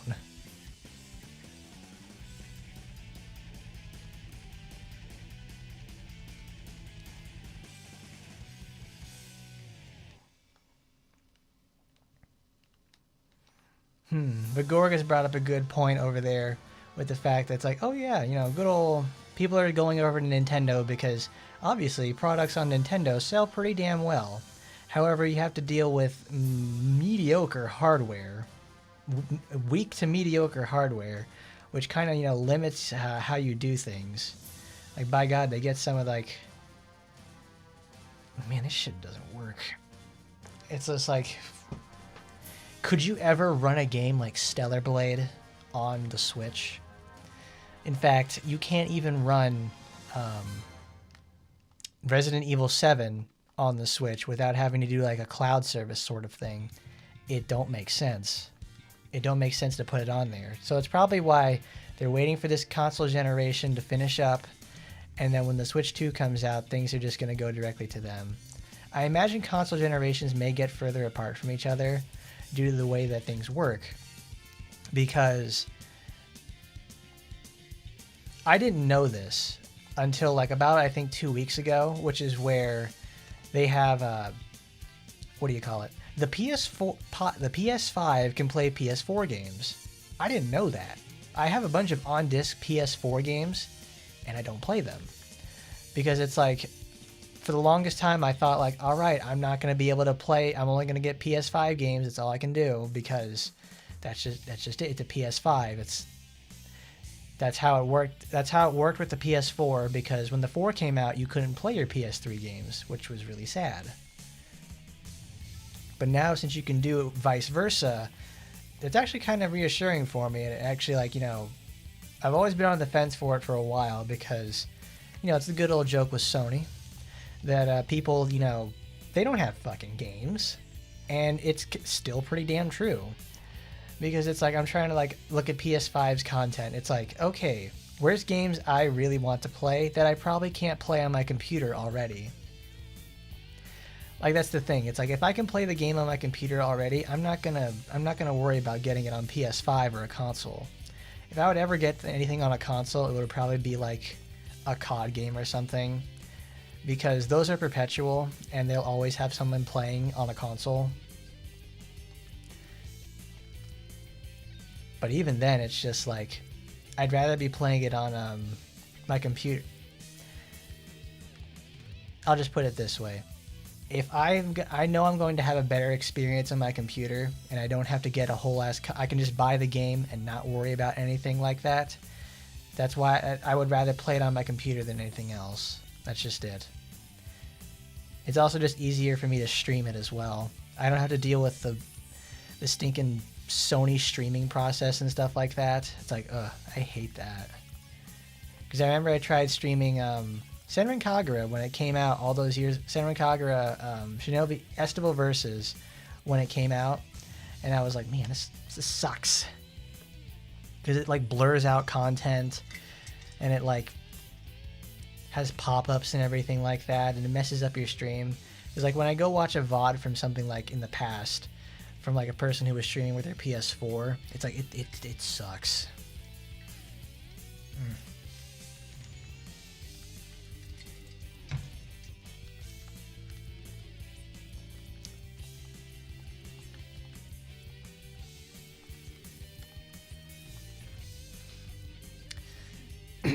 Then I haven't had an Xbox since the 360. And even then, I don't even have my 360 anymore. I think my sister has it now. Because one of my favorite games to play on the 360 was the Dead or Alive games. Because not only does the Dead or Alive games have the fun, the picture-taking mode with the extreme games, they also actually have real games. You know, like, you can play the fighting ones. I actually like playing the Dead or Alive fighters a lot. Because it's like, before it was Virtua Fighter at home, and it was like, you get the pretty ladies at the same time. Then Virtua Fighter fell off, but I heard that Virtua Fighter is coming back with some sort of like new ass remake. It's probably still going to be as absolutely bonkers to play, because, well, I mean, what killed Dead or Alive in the past was trying to conform to tournament stuff, because tournaments are where the money's at. Once you get those big sort of sponsorships and stuff like that, when people get interested in your games, you got to play to those rules. And that's what happened. They tried to play to that. They alienated their player base. And nobody plays it now. But the Dead or Alive actual fighting game itself is like, it's really fun. It's one of my favorite characters to play, I think, was like, was Rig. Rig was not Muay Thai, it was like, it's the one with the lots of kicking. It's not Taekwondo. It's I can't remember. The name would come to me. The name of the stuff would come to me. It was like, it was really fun. Bayman was another really fun one. He was like all grapples and hit like really hard. He was like a Zangief type character. And of course, like, some of the most powerful characters in the game were the girls, because, well, they gotta have something. We gotta have something to look at. Because, like, Christy was really cool because she was an assassin-type character who could do long strings and just, like, was able to sidestep your defense. It's like something like almost like King of Fighters in that aspect, which I liked a lot. I liked playing with Christy. Rachel was another, like, generalist, hard-hitting character. She had a lot of grapples, but could do really hard-hitting, like, couple hit chains. It wasn't anything crazy like Ryu Hayabusa, or Kasumi. Kasumi and Ayame, well, effectively like the original Dead or Alive characters, and obviously Ninja Gaiden. Mr. Ninja Gaiden himself, Ryu Hayabusa, was always like a top tier character. That man like ripped the head off of anything that got in his way. He was also the most fun to do combos with too, because like he had teleports, he had gap closing skills, chasing stuff. I don't think he had a projectile, or at least not from what I remember. It was generally a really fun game to play. Though I think what kind of limits fighting games nowadays, though, is because since everybody wants to go for tournament money, like they want to be a Street Fighter, they want to be something like, that goes to Evo. They get Evo moment number 37 out of it. I mean, people value different things, but it's like I don't exactly appreciate that, because it limits a game in a stylistic aspect, because you can't have pretty ladies. It's just a sad state of affairs. Like, they also in the past, I've talked about this in the past, where they've wanted to try making Dead or Alive, like remake it again. And even then it's like, could they do that again? Could they really do it? The times have changed so much, and it's not exactly like in their favor for like Dead or Alive, because their most successful game right now is Venus Vacation. The way you play Venus Vacation is to not play it at all. Is to download the funny mods that lets you make the girls have a clothing malfunction, and you get to look at them and put them in various positions and everything like that. That's how you play Venus Vacation. There's no actual game there. You just play the same stuff from like the Extreme games, even more watered down. I didn't think it was possible, but they did. But it's like, man, it's a terrible, terrible game that is kept solely afloat because of how strong the legacy women are. The new characters actually are very good too, but you can tell they're not designed for like from a fighting game to look serious and sexy at the same time. They're designed to look soft and subservient.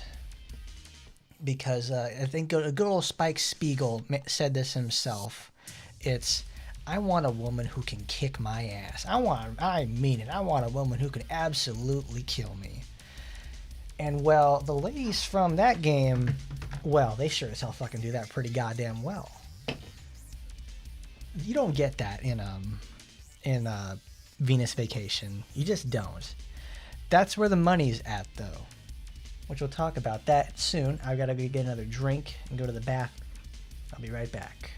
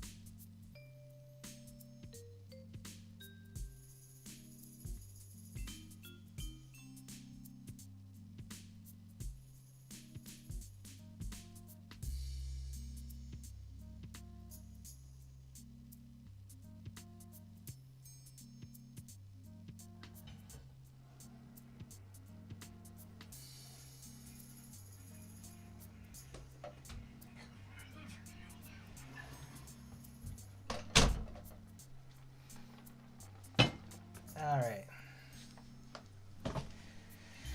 Let's go to a dead or alive talk. Okay. Now we got... Actually, I haven't checked what Sonata Homura does. Fortitude increases by 16% when HP is below 30. Rolls 4 with a Flaming Pumpkin that deals 1280 attack and increases damage dealt by 44% for 5 seconds on a 65. Kinda bad. Kinda bad. Well, let's pull her out of there.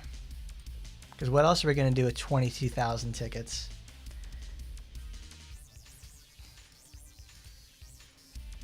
Yo, Fuma, make some time for Halloween because we're in for a rough ride, homie. Homer would be the type of person who says like, "Oh yeah, that was a good lay there, bud. Thanks for the sex, homie." That's nice and fun. I like that.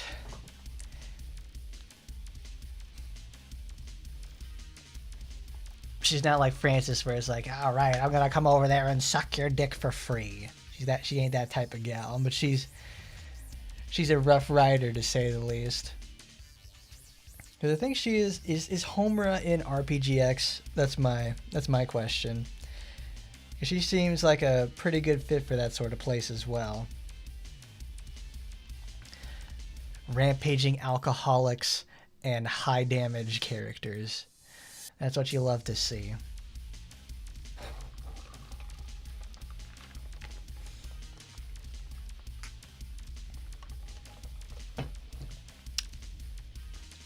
Well, but speaking of trying games again, I managed to play, like we talked about God Hand, and that's a game where I was like, all right, I'm going to sit down and I'm actually going to give it a fair shake. It's not like, oh, if it doesn't click for me in the first 20 minutes, it's like, no, none of that. Giving something an honest and earnest attempt is essentially what you need to get into something. It's like, it's the same sort of thing people would say with you just need to wait you need to wait 5 episodes. That's when it gets good. That's 5 episodes, man. That's like 2.5 hours. If it doesn't get good by 2.5 hours, I don't know what I'm going to do.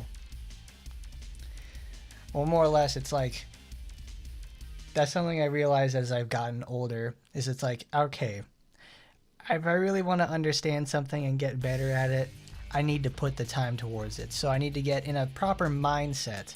I got to get in a good frame of mind to actually go ahead and make something of it. So I went back recently and played Blue Archive. Blue Archive, if you didn't know, is that one funny game with the school people, with the school kids that make haha, they are so cute, they are so funny. And they also got Bunny Asuna, which actually saves the game from extinction. Because I remember a long time ago, I played the game. I wanted to get Bunny Asuna because she's so pretty. She is. How you doing there, Timeverse? We're just talking about Blue Archive while we clear out some boxes.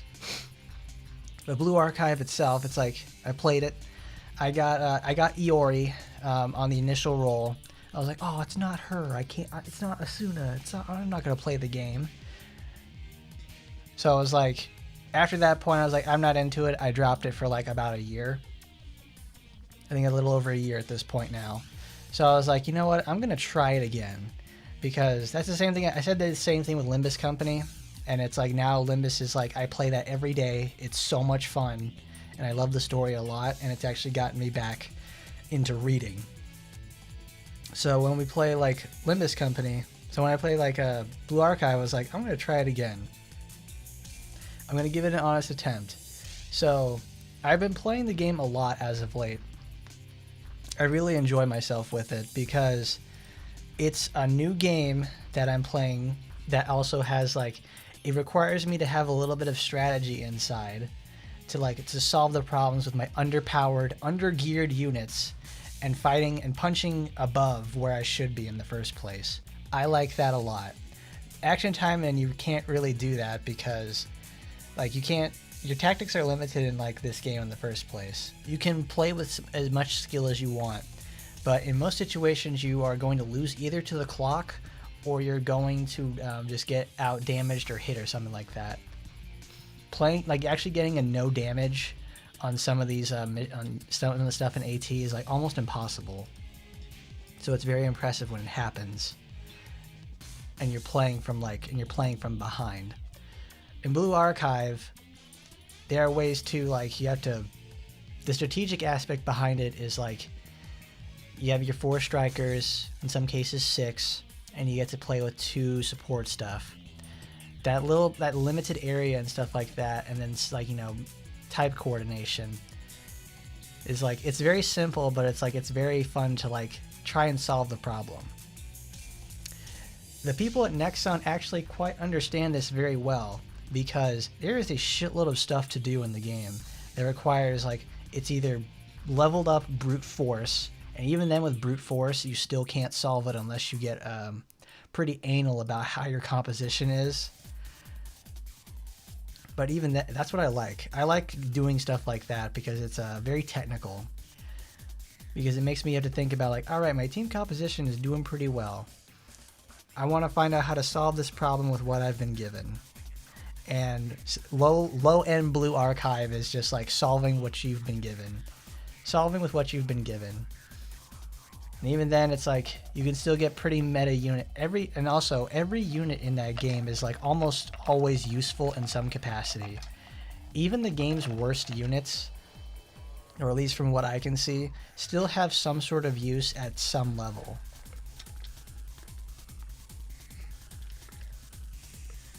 Like they do something that like other characters just can't do in a very specific situation.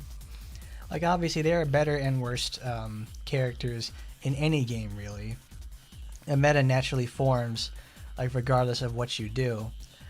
But for the most part it's just like, it's kind of up to like how you want to portray like and express your team. Because, oh, where is it?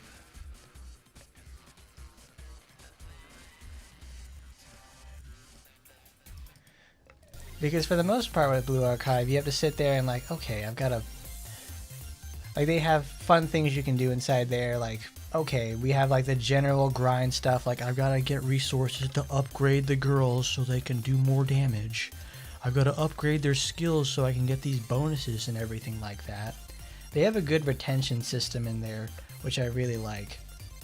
Because it's just doing basic shit you're going to be doing, but they make it last for over a month.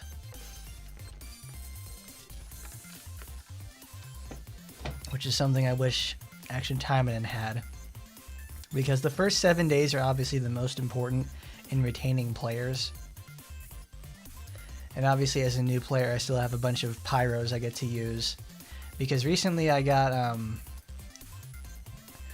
was looking around to see like, okay, I need to make a better team than what I have, because I need someone who can deal more damage from behind. No. I had a problem with, backline characters being too much support. I have too many supports right now. I don't have enough damage to deal, so I can't get 3 stars on some of these missions. Or I'm starting to time out because I'm not dealing enough damage. So I was like, okay, Shun is on rate up right now, and I managed to get her. Shun is actually a very good backline sniper character that lets you just like blow away the enemy without any like problem, to say the least.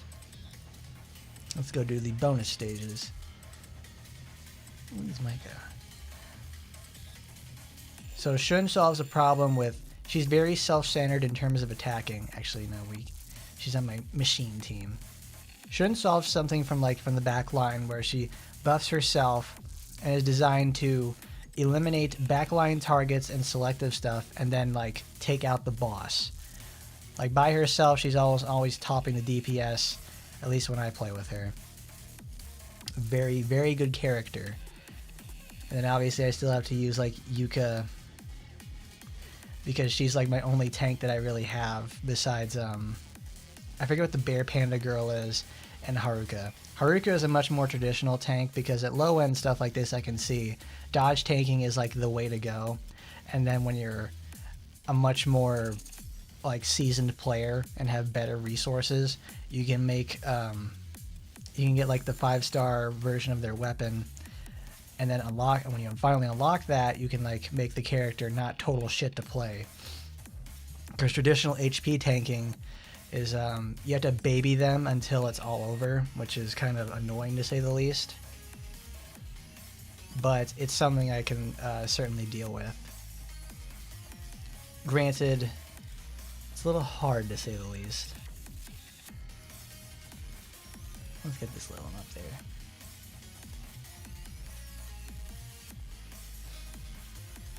Because they also have challenge maps in, they have lots of challenge content actually in Blue Archive. Like, I don't have to make up any asinine, like, weird challenges for myself. I can, what the game is providing already is actually quite hard by itself, at least until a certain point. Like, when you hit, like rank 90, like, you're not going to have, like, you can solve most problems. You've probably been playing for 2 years, and you can, like, clear Torment pretty easily. Or at least with, like, a level of investment that most people don't have at some point. Let's see. Clairvoyance, Stonepiercer, Hummingbird. Duration increase.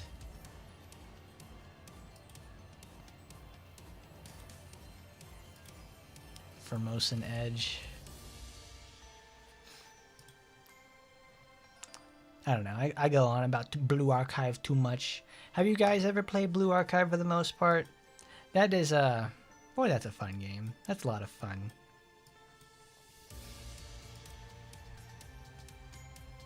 New Year Tokiko. It's getting there. Oh, this is perfect. Evil Eye Witch, I think they reran this costume one other time when Tokiko got a renewal. They just reran this again. It's on the, I'll just show it to you. We go to the store, go to packages, then they go to here. The Halloween Party Package for $23.99 lets you have Evil Eye Witch and Queen Mummy. Now this one only has been reran one time.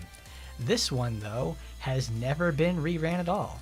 So you get to pay a hell of a lot less for probably a costume that most people don't have. Unless you're a real Emily Pro player who didn't miss it the first time around, then you go ahead and get that. Party Room, though, the theme for that, I'm glad, though, it actually gives 800 gems if you already have it. That's quite a lot to refund it. Because every time we've gotten a room theme, for the most part, they only give back like 50,000 gold. But I guess since this was a golden pass item, if you didn't know, it's the only golden pass theme. It's the only golden pass theme we've ever gotten. But the private room renewal, we will mess with that later. We'll do the bonus stages. Actually, no, we need to... Mr. Tokiko, we need to get some supporters for you. Because I need to put... Well, first of all, I need to uncap Homura, and I need to put Azusa in there. Because that way... I probably should have done that when I had Kurenai on there.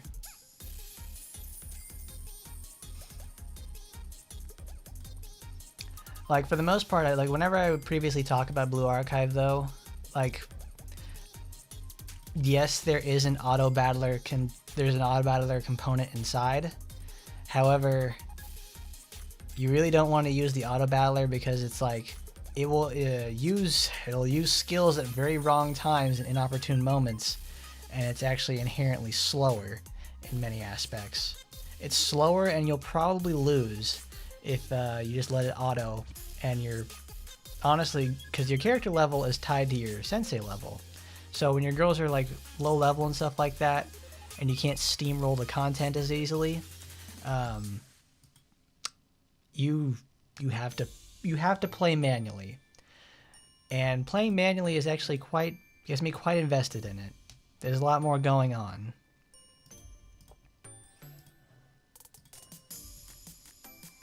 It's not as much as like you're babying the characters. You have to like, you can't manually target enemies. So you have to like rely on the AI and pray they're going to hit something. So you can actually like get something out of it. It's kind of annoying, but it's like, because there's been many times where I'm like, okay, just come on girls, just shoot the lady in the back.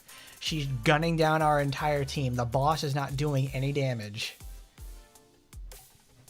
Kind of sucks. Let's put Azusa in the main slot.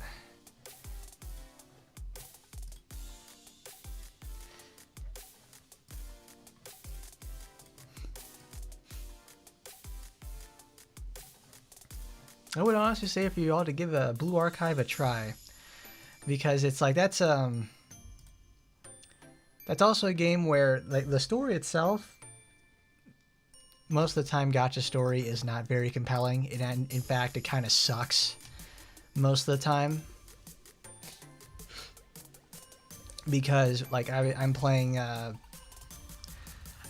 most of my experience has been soured on the whole fact that it's like, when I first really started getting into gacha stuff, it was with Grand Blue Fantasy, and Grand Blue Fantasy story is terrible. The story for that is, it's awful. I don't think I've ever read a single part of the story besides like the first like 30 chapters. I think that's all the way just up to like barely August Island or something, or that's like the first 2 or 3 areas when you're first learning the elements, and I'm like, I cannot do this. So I would just write off all the story in the first place. I think I only really started taking the stories of these games a little bit more seriously was when I play Punishing Grey Raven. That is a game I would honestly also recommend 100%, because they make Kuro Game makes Wuthering Waves, and that game is cool. They also still make they still work on Punishing Grey Raven, which obviously gets the wonderful. It's a wonderful Devil May Cry 5 collaboration, so you get to have Virgil and Alpha in the same group now.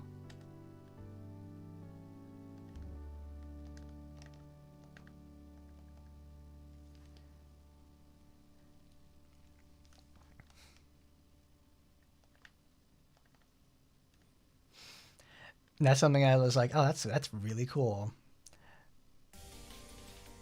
Because Punishing Grey Raven is also like a game where if you learn how to play that correctly, it's like, it's so smooth. It's so cool. Like, just start screaming, oh my god, Peter! I cannot believe they're absolutely killing us. But, like early game Punishing Grey Raven, the story is not good. It's kind of boring to say the least. But then when you finally start getting like, once you get past like the first arc of the story, I hate saying that though, like the introductory arc should probably be like strong in the beginning so you can like, you know, people want to play it more. No, it's not one of those. You gotta wait until like after they finally hit their stride and understand what works. Because when they do, man, shit's great. The whole Nanami arc and everything like that, when she like finally after that and everything, and you get to see like it's like all the way like past chapter 10 and everything like that. That's when the money's at, and it's like it would be like a, what do you call it? Like how Nike or something, Nike or whatever it's called. That game is like a bleak, sad story and everything like that, but it's got the fat-titted and huge-assed women, so people don't care. But it's like that's an actual like a dark and bleak story that people do care about a lot.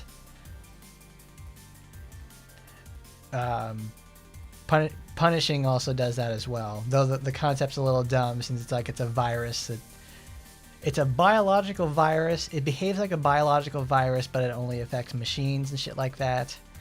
And it's like, I feel like they Nike saw that Punishing Grey Raven kind of floundered the dystopian sci-fi world, and Arknights made it too inaccessible. So it's like, you know what, we're just going to do it our way. And then they made $1 bajillion. I hope you've all been happy with your Nike or your Nikki 2-year anniversary. I hear that's been going pretty damn well for the most part for everybody. Granted, it's like, I don't play that game. That game is not for me. I have tried a few times, and it's like, I can't be doing this. It's just not my style. That's a game where it's like, it has a portrait option, but it's like, I don't like sitting there holding my mouse button down to constantly keep clicking like that.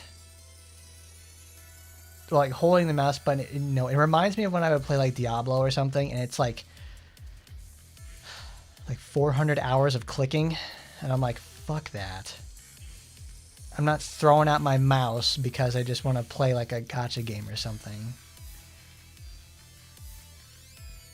I think that's probably where like the gacha tendencies start for a lot of people, is like they play those loot type of games where it's like it's always random chance whether you're gonna get something good. Like obviously you play Diablo, you're gonna run stages until you find like, all right, I'm gonna find a nice 4-socketed piece. It's like, all right, is it gonna have good effects? Is it gonna be any skill boosts or anything like that? Nerd shit like that. Because that's what matters for the most part, is like making sure there's like, is it good enough? Is it gonna actually like assist my build?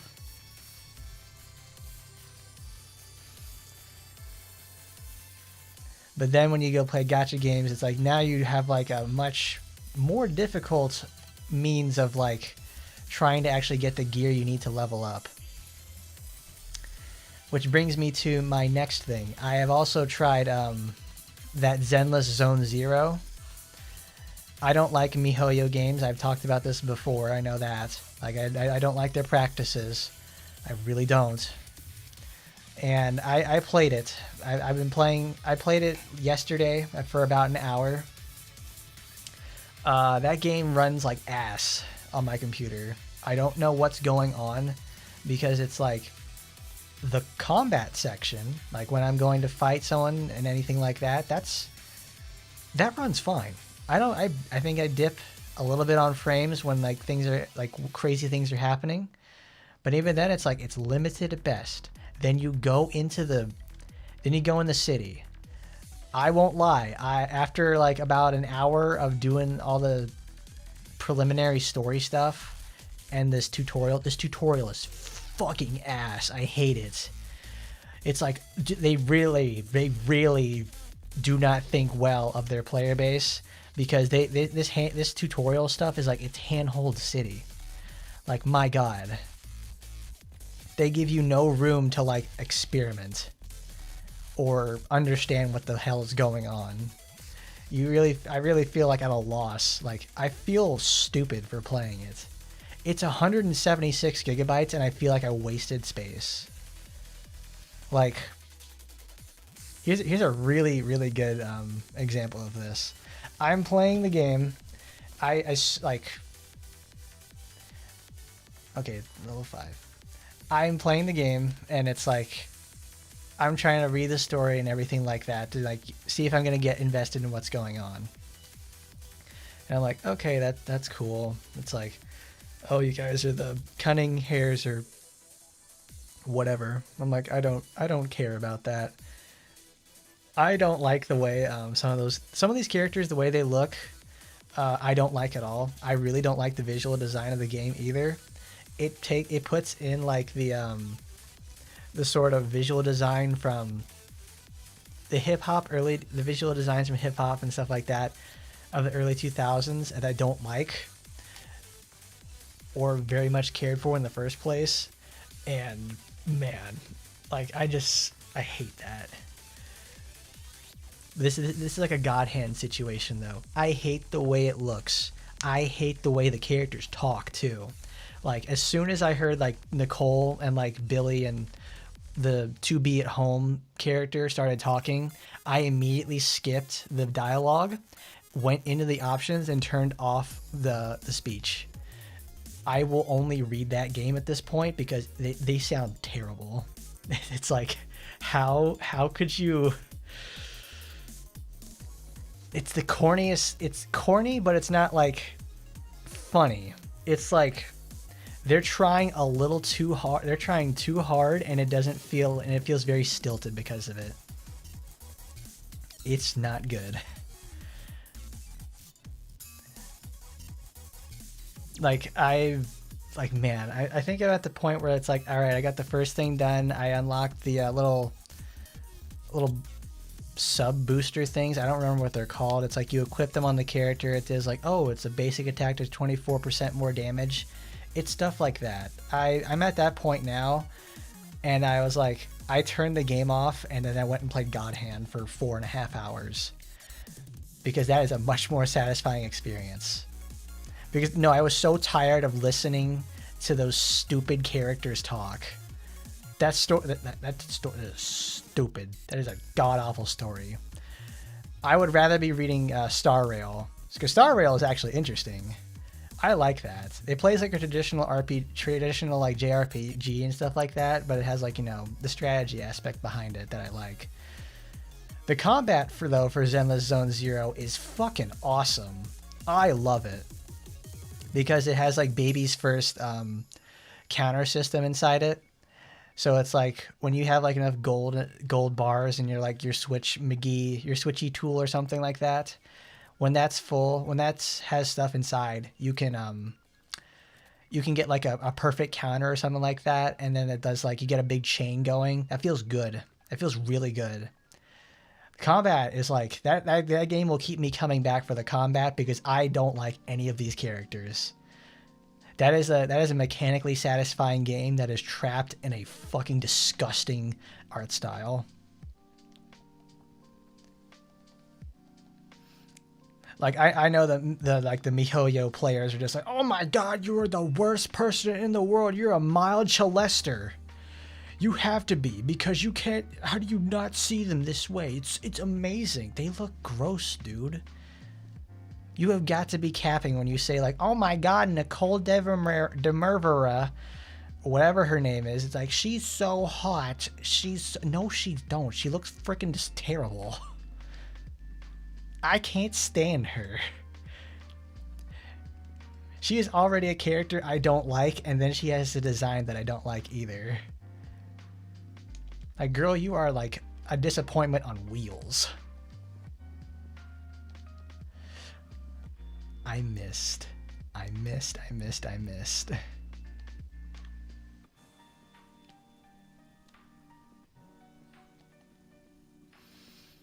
Oh, it just burns my biscuits when I fuck up like that.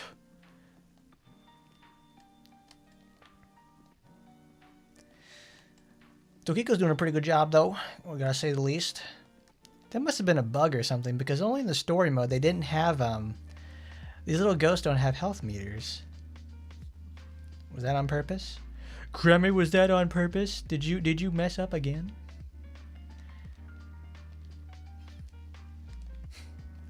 But like the 3 default characters that you get, it's like the I haven't seen a lot of Genshin Impact footage. I don't play that game because I don't like the way that game looks. So I don't play it, and I don't like the way you have to do stuff in that game, because it's effectively like Breath of the Wild, but it's, you know, it's like not as, it was their answer to Breath of the Wild, and well, it works for people, but it don't work for me, you know. Wow, when they said they really changed the duration, like to wait between those after dinner skills. It's like, man, that's nuts. I waited damn near a full second and I could still activate the proc.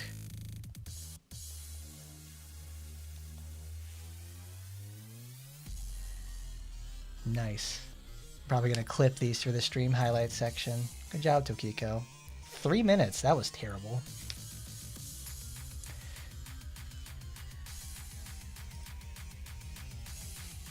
HP, defense, and attack. I'm sure it was like, you know, that's before the big changes they did. I don't know. I've never touched it. I don't really want to.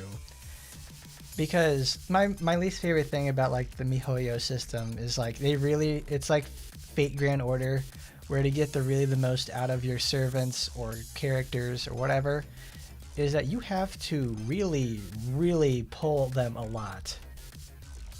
And there's no pity system from what I can remember. It's like you have the 50-50. So it's like it's either you flip a coin and you can lose, or you get somebody else. And it's like, I don't like that. I've already put so much resources into getting these damn characters. It's like, why make this a fight? It's like, it just doesn't make sense. Oh, let's do Felicia. Baby girl is gonna get a fight.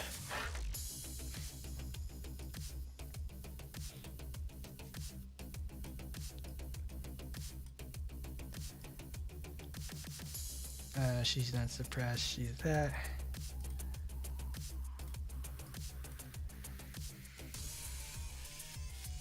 Like, it more or less would probably be like Zenless Zone 0 is what they consider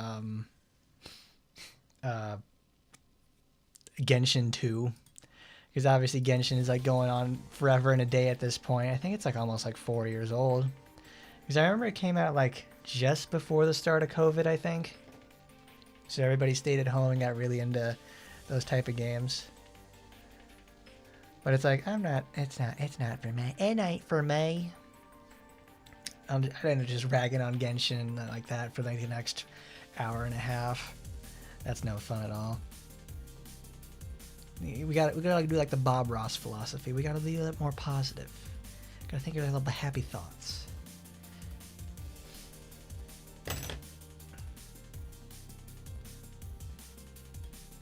Let's see. What do I want to put on Felicia? We got that. We need a third. We got debuff support. We could probably do that. Oh, where's Shiranui? Where's that? Because I want to do the third mission with Kurenai. New Year's Shiranui. Perfect. There she is. The Phantom of New Year's Eve. Put you there.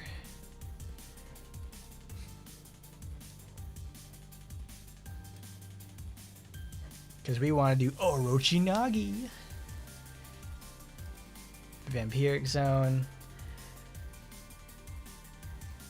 Dang, I wish there were more ways for Felicia to inflict debuffs on herself. Debuffs, it's like, this is always so rough to use. This attack doesn't even put on the vampire mark either. I wish it did.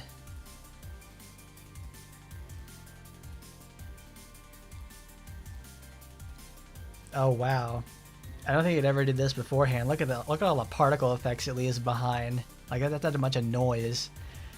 Because it looks like they probably recorded this and then they had to compress the video so much to fit it inside the game.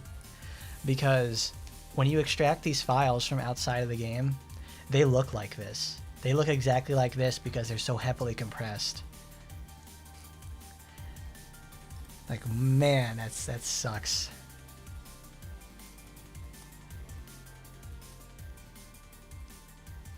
I don't know if I want Rending Scythe for that. Evil Strange? The Vampiric Zone.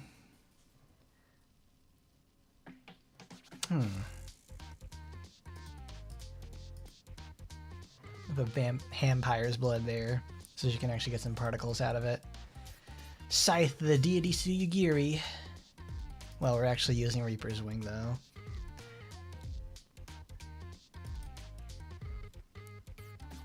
Huh. Does that actually appear on there? Yeah, it does. Up here at the top, if you look hard enough, you can actually see like the seam doesn't go all the way across or something like that. You can actually see like the previous screen behind it. I don't know, did something shift or something like that? That's a weird one. All right, I think they're demons, so I think we'll just do a nice split, because I think when you fight Felicia as a boss, she is a human. Good job, Felicia. She's gonna be kicking some ass. Change your costume, baby girl. Oh, I didn't pick this up. That sucks. Oopsie daisy. I was more concerned about getting Sora's because, well, Sora never gets one. Chojin Sakura.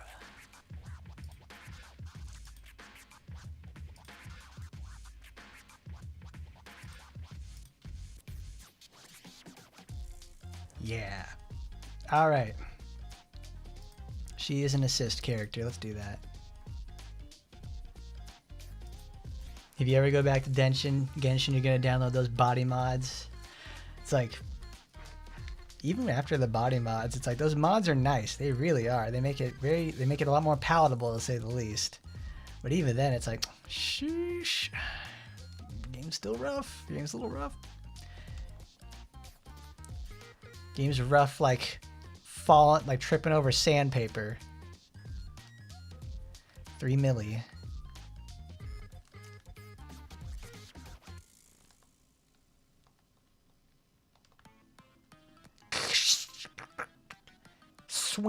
Swing and a miss. Dang it, Felicia.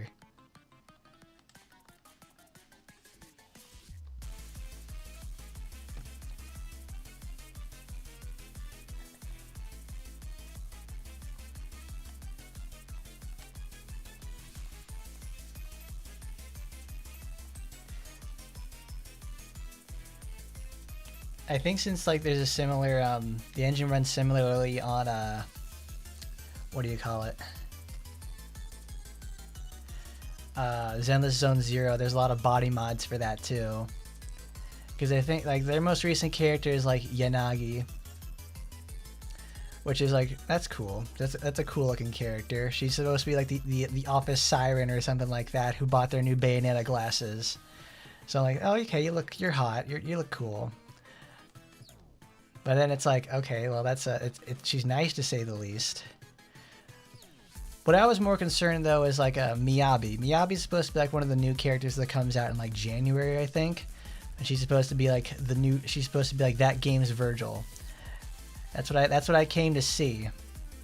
So that's what I'm here for. Wow, I just took 50% of my health right there. Felicia is cooking with gas or something. Baby girl is gassed up, to say the least.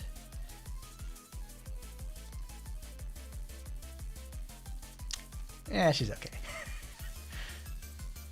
Shing. Awesome.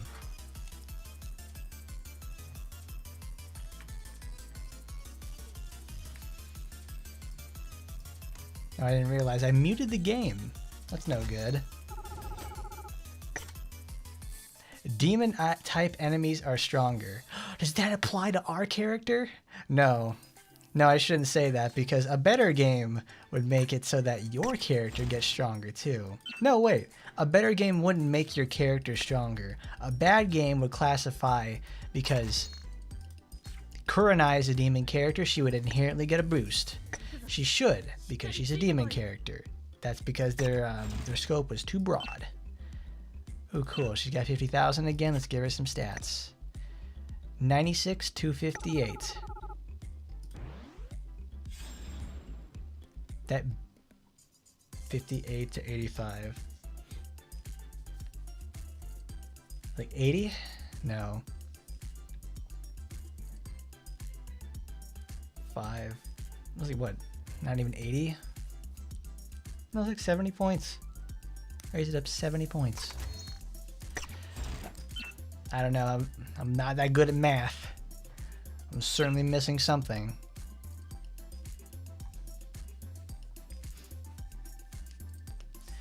All right, let's see. We got skills. We got Shinganger. She got Spiral Ren.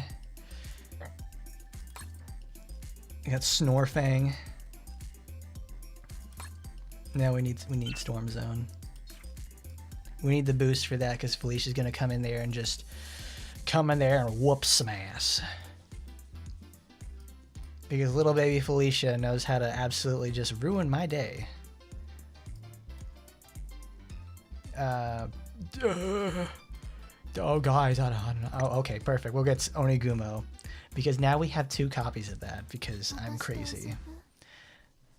Because I think they're all demon characters. They should be at least. No, wait. She's the boss is human.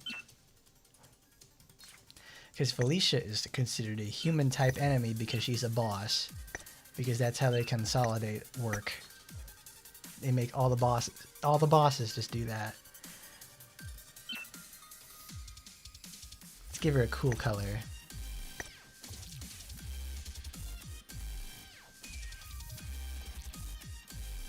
Does she have a bunny outfit? Really? Kurenai doesn't have one. I thought she did in the first place. She's got a maid outfit just like Felicia. Now I'm wondering, like, where is it? Oh, that sucks. Well, we can do one thing though. We can have her in the Sakura outfit because, well, we did that with her sister. We're gonna do that with her. Let's get critical rate boost. Do I have everybody I want?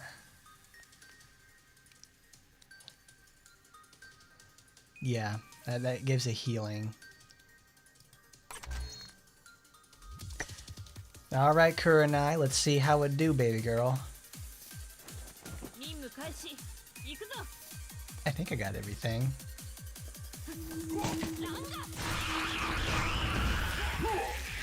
No, I kind of regret turning the sound back on now because it's those enemies that are like super loud.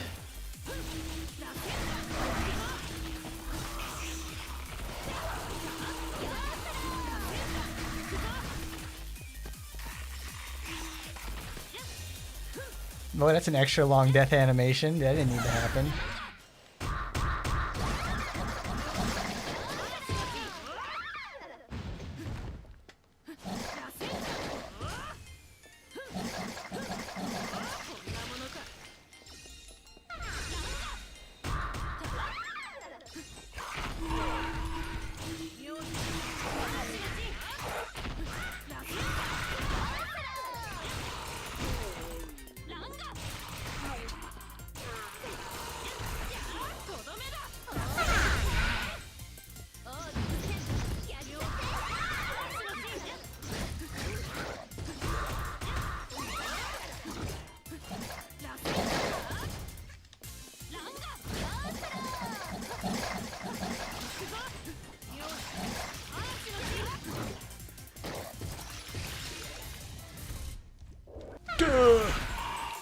He's big, loud, and scary.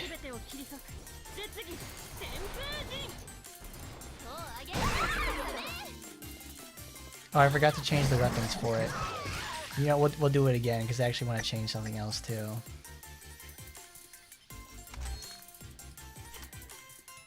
I want to make it look aesthetically good because it's going on the clip. We got to use infrared and ultraviolence. Nice.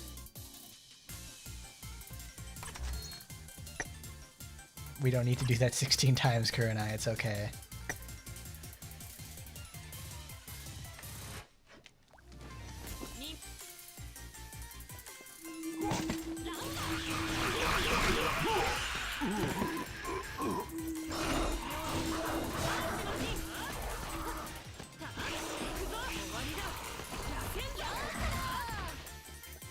I've always liked how Kurenai has this really fun finisher. She has such a long string that does a lot of damage, and then she has that upper finisher that doesn't totally suck dick to use. It's like, man, that's good. That's something I wish every character had, because man, most of the time these characters are absolute ass with their aerial raves. They've taken those away for the most part, which is good and bad.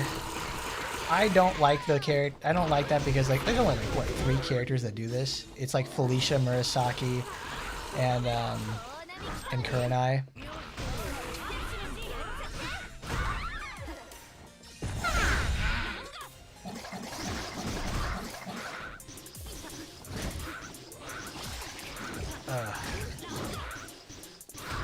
The little bastards don't get sucked into the fucking vacuum.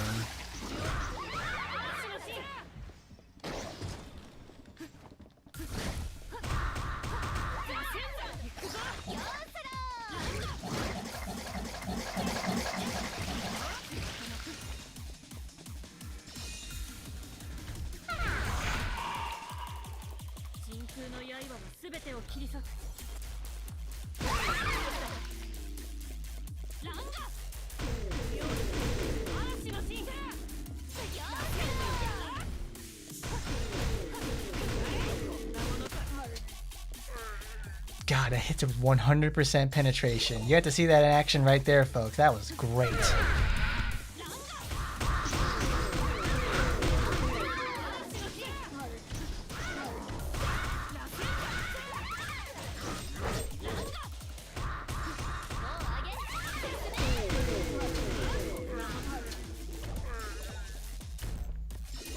%100% penetration. I can't believe we're at that point in the game now where it's like, all right, there we go. That's what we're looking forward to now is penetration. Deep penetration.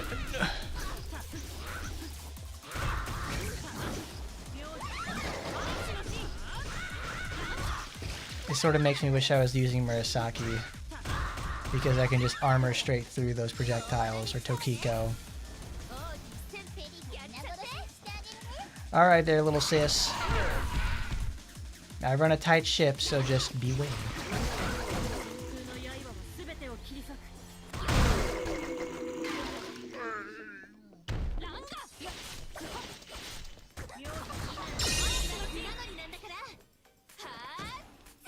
That was cool.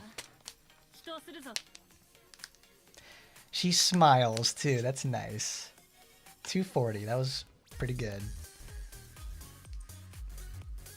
Well, I mean, also, Kurenai has the ability to just...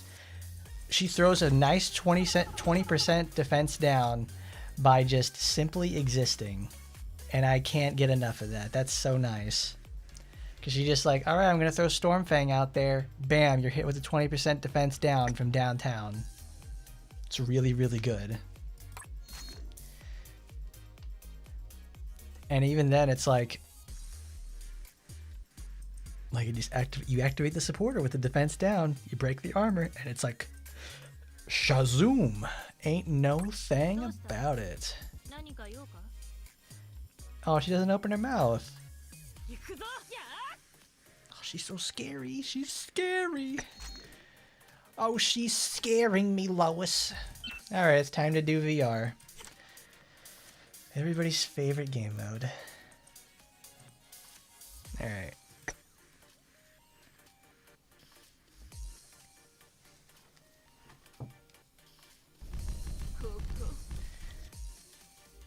So I guess we can talk about what I typically use for this. This is Machine Week. I think we talked about that before, but good old Machine Week is traditionally one of the more harder missions for people because it's 3 enemies at once. They are very erratic and things can go south pretty damn quickly. So with this, I typically focused on like, alright, I want to make sure that that when my characters are attacked, I want to have I want Astaroth to be this game mode's tank, which typically people don't use Astaroth as the tank because that's dangerous because she's supposed to be a main DPS dealer. However, when you have 2 ranged characters like Miss Gemily Simmons and Micah back there, it lets you do this thing I like to call you get to force the direction the enemy's face. These enemies are dead simple. When you manually control Astaroth, she has her flamethrower. To whatever she's and her flamethrower has Pierce too.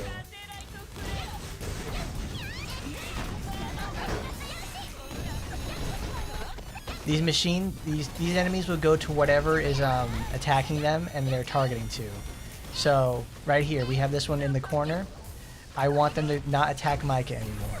It's now locked into a direction and it's gonna start shooting this way. All you have to do is just make the enemy just like when it finishes an animation, you go up to it with Astaroth and you lay it into it with the flamethrower. So it makes you the target. And then you just take Astaroth and swim her ass somewhere else to pull the enemies away from who is your DPS people. And even then, Astaroth is still dealing constant damage to these enemies because she's blasting them with the flamethrower. This is like the most consistent strategy I have with this, and I think this is also the one I took to like 100 with it too.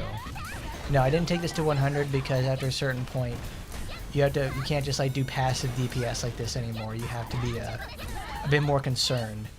So what you would do is like I took Spinel. No, it was with Ingrid. Because Ingrid has a piercing property and does exactly this. Like I have that really good video level of Ingrid on VR40 all by herself, just like absolutely smoking these bosses. And she's like really good at this boss too.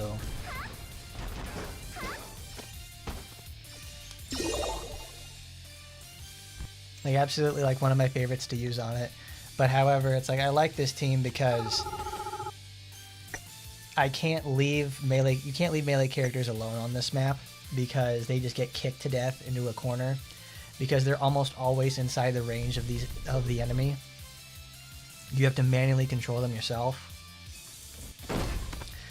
So that's why I always have like the three amigops doing their very damnedest to making sure that's like we can deal enough damage to just like one-shot the bosses for the most part. Like after this first initial burst, I'm concerning myself to like making sure like they start their walking animation away from the team.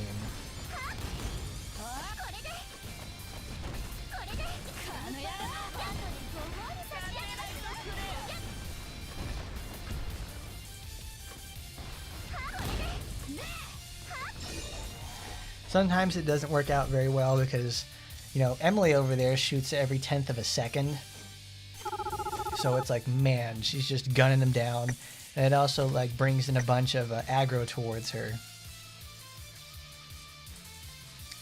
I don't like how our only taunts in the game are regulated to like Hebiko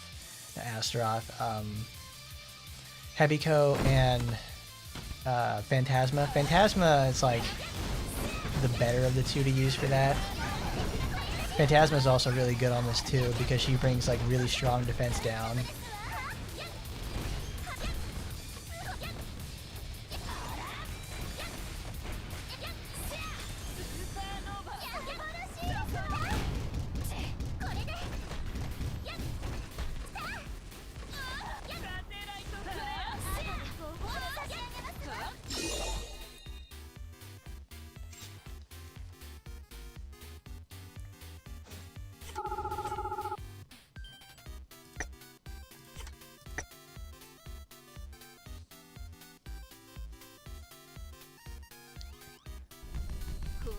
But if you guys didn't know, I think most meta combinations when you start climbing on these levels are of the demon variety. Demon characters in this game are consistently like some of the strongest and really, really good. Like they're very strong. And even then, to say the least, I think almost all of our machine characters, I think all four of them, it's like, man, they're good too. What's the news? Well, we had news about two hours ago. If you're just joining, we're doing a little bit of VR before we go into the private room, so we can do a little, have a little fun with that.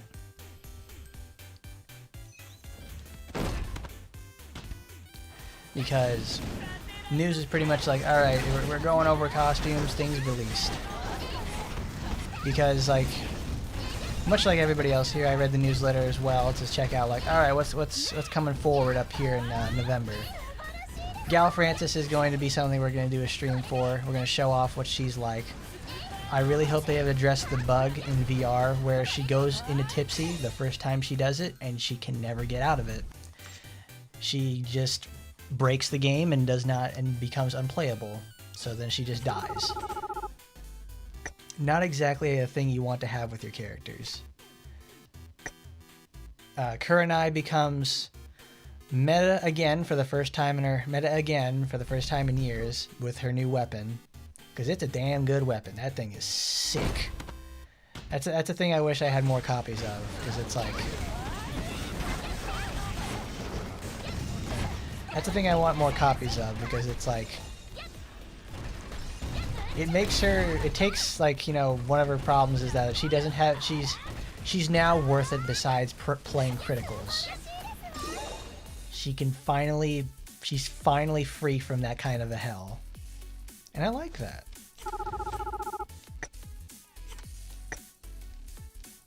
I like that she's got something a little bit more going on than it's like, besides being critical, not critical, but debuff extender. Now she inflicts her own debuff and that does like 20,000 damage by itself. Well, it does like 150,000 damage by itself. I need to find that video again.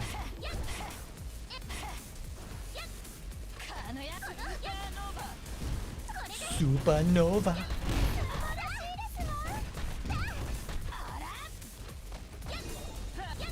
See, there we go. That's exactly my, like, the most perfect example about baiting your enemies. Is like, you get behind them and they have to choose a target. So they're gonna choose like either like the closest target they have to them, and that was Astaroth. And Astaroth, with her fine ass, has managed to just do constant DPS to the enemy, make them turn around, push them into the corner, and then just finish them off. They're very simple. It's a very chaotic fight, but it can be controlled. Dare I say, you don't need an emerald to do this chaos control. Now let's go over to the private room. Alright, so... Move, we got the keyboard, A and D, we can, wow, okay. So you can actually use the keyboard now to W and S to zoom, A and D to pan, rotate, left click and drag. You can load camera settings. Moving characters, drag the characters to move them, only horizontals and verticals. The controls for the camera are applied to move characters and separate movement controls are added. That is insane. That's amazing. You can use the virtual pad if you hide the character pose map. You can switch it on off in the settings. Various themes are available. You can decorate the private room to your taste, of course. Make it more attractive with special features, like what? Characters, costumes, or monsters in the private room. Really? Okay. Number depends on the theme. 2 types, move your character's joints to put them in various poses. 2 types of joint selection methods are provided. Adjust the XYZ axes or the joints in various ways. This is what I wanted. This is exactly what I wanted. The orb. I wanted the 360 orb because it's the perfect visualization of what's happening. That's so awesome. I'm so happy about this. We might just have to post Kurenai herself as a congratulations for working so hard. Easily set up poses by purchasing purchasing those poses provided by default. You can save and load your poses. That's been a thing already, and yet they're kind of still glitched. The settings offer a variety of convenient features, adjusting camera speed. Provide a shortcut button allow you to change them easily without entering the settings. They really did it. They really meant, look, it's the thumbnail. It's the thumbnail I made a few weeks ago.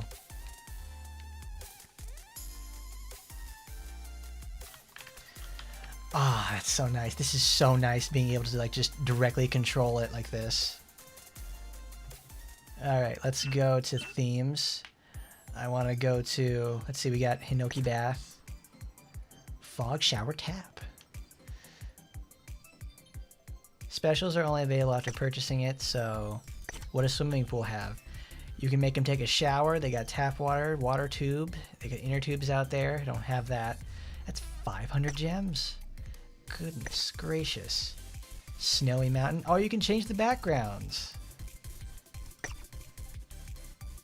Is there, oh, there's nothing special for that. It's only 3, I guess.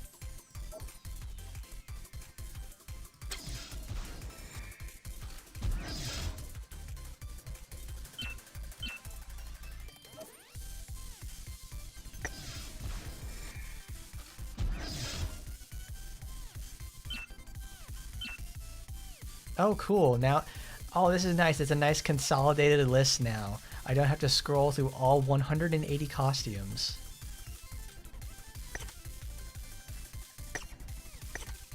And you can buy all the costumes at once. This is great. This is amazing.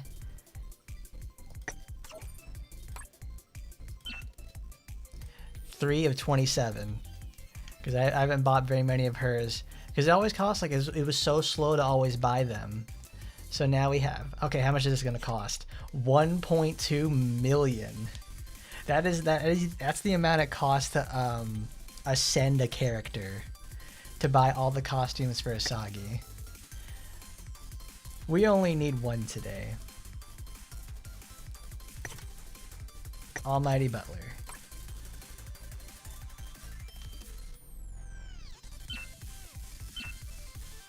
Oh, go to idle stage.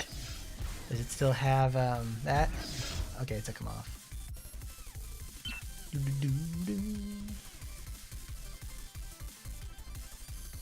Okay. It's still too sensitive on the controls.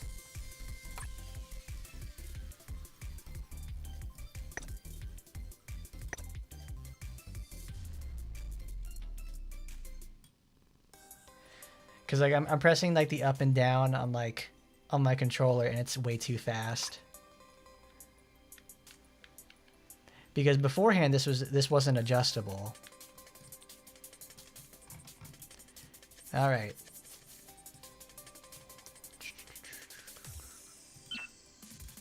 Show Uwe? Who's Uwe? Oh, this is so nice. The game is lagging. Oh, this lighting's really harsh. Body, left hand, you can the individual knuckles. Oh, that's so good. I don't have to do any of this bullshit anymore of like, all right, I gotta. No wonder nobody wanted to use this beforehand. It's like, why didn't you have this? How hard was it to do that? Body. Woo! Yeah!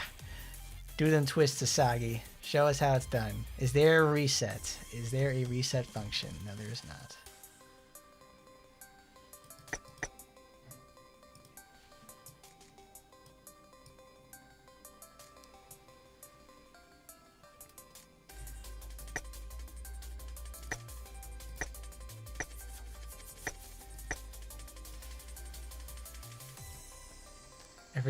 I forget how you move the characters. I think it was just like, yeah, it's just like that. Now I understand they all can't be koikatsu in terms of like, you know, the level of customization and everything, but that's like, it's just elementary stuff. Wait a minute. Current pose and camera settings will be reset. Okay, it just defaults to that. Oh yeah, that's right, they have character control mode by itself. You can only move the character in character control mode. Oh, it does work with that. Nice.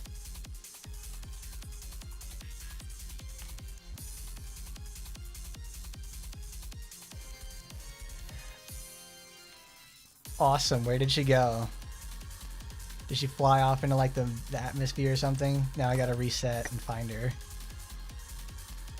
Okay, so the camera controls are a little iffy, I guess. Maybe I'm missing something. Because I want to move her.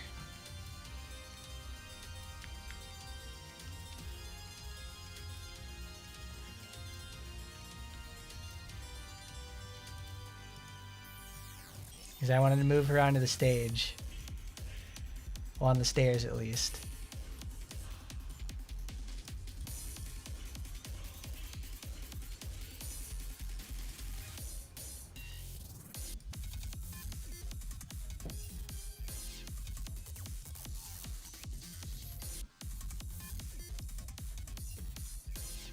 Is it fixed? It is fixed in that direction. So I need to find a way to turn the whole body. There we go. You have to click on their pelvis then.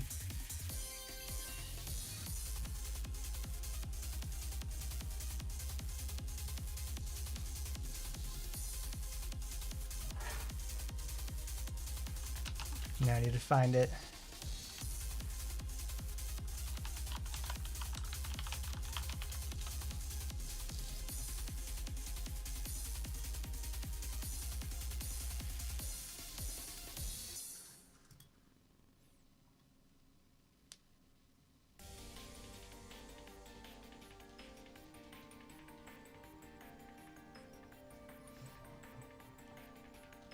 All right. Okay. So I saw this earlier. We're gonna try to do the smooth criminal lean with Misasagi over here. Now, granted, you know they're ninjas, they're special like that. But Michael himself, well, he's all pro. Us, we gotta learn how to do things a little bit differently. So he put his feet together like this. He was at when it's in the chute. Because he has a 45-degree lean and he's standing straight up with his spine. It's all in his core.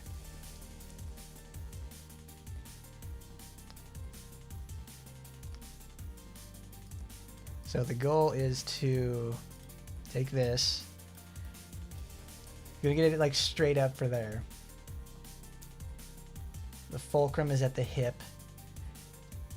So, man, I'm glad they have like a really technical analysis of how this is actually supposed to work, because it's like I'm sitting here reading it about it. I'm like, oh, cool. Because they actually have detail that's like, all right, the how the animation is supposed to work. So instead of your fulcrum is at your hip, that's the Michael Jackson bend is that the fulcrum is at the ankle, and they actually have ankle stuff here. So let's start from there. We need to get the bend. We got to get that lean in there. So we take that. Keep forgetting we don't have to do that anymore. It's like we can just tilt her completely. Go to this. Go to the waist.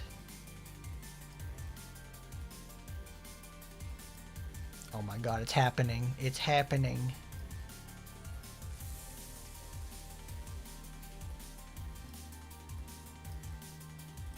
Alright, now she just looks like she's regularly leaning. We can go higher. We can lean even more. We can make it look like she broke her ankle. Because it's damn near that's almost like what he would be doing, but he's actually got like... Michael Jackson actually has a patent. Well, had a patent. I think the estate still owns it, but it's like... The shoes that he made for this are like specifically like crafted to accomplish this, because a whole shitload of force is being put on your Achilles tendon back here. Like it's effectively supporting your entire body weight. And the fulcrum though is at the knee. It's like it's a tough maneuver. There it is, the pelvis. Need to rotate the Z.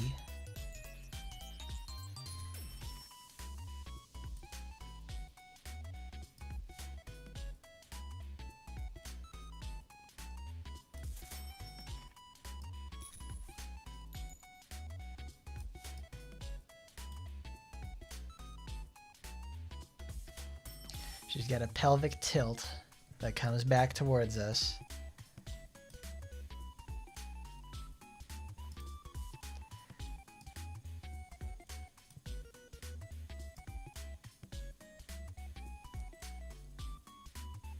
Because it's a lot of force that's being put down, so her feet are splayed slightly.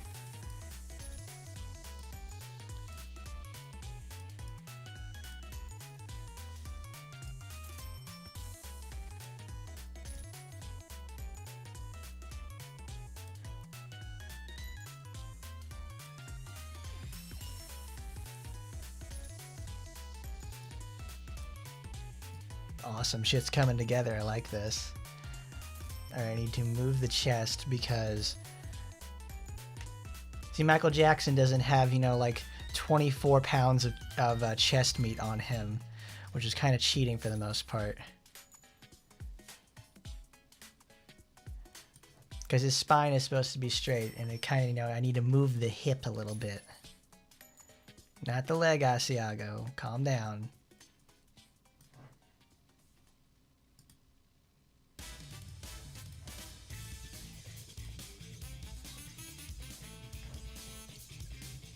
Okay, that just rotates the whole body.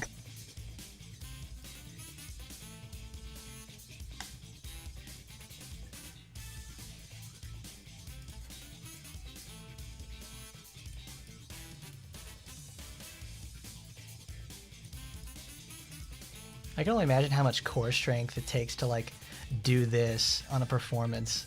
He just does it on the drop of a hat.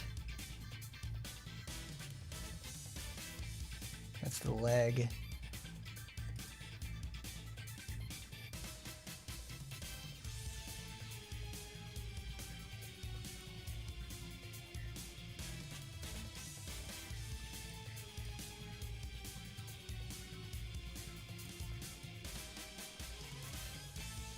Oh, I believe they can. If they didn't, if they weren't able to pull it off, they sure as hell ain't Taimanins then.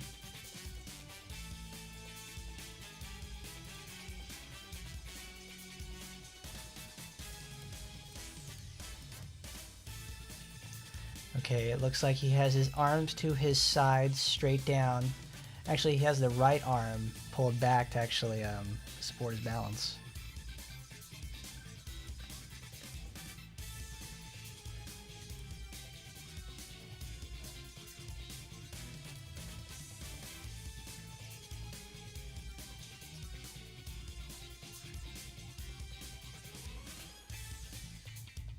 So I need to turn the shoulder slightly.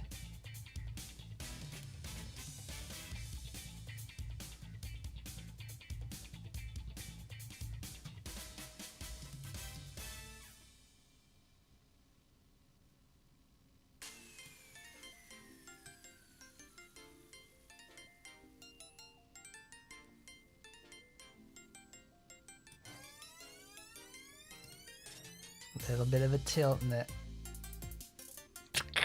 Snapping her elbows like that. It's back in the shoulder.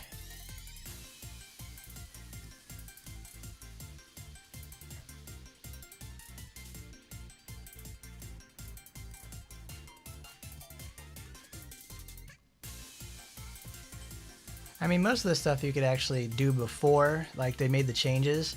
It's just that it would be much more difficult to do because it's like it's tough to it's all like the widget itself is like, you know, this is a massive improvement. It's something I wish they had in the first place because it's like, you know, you can visualize, you have to fool around with the XYZ of this stuff. And I'm not sure if you can actually reset it or not.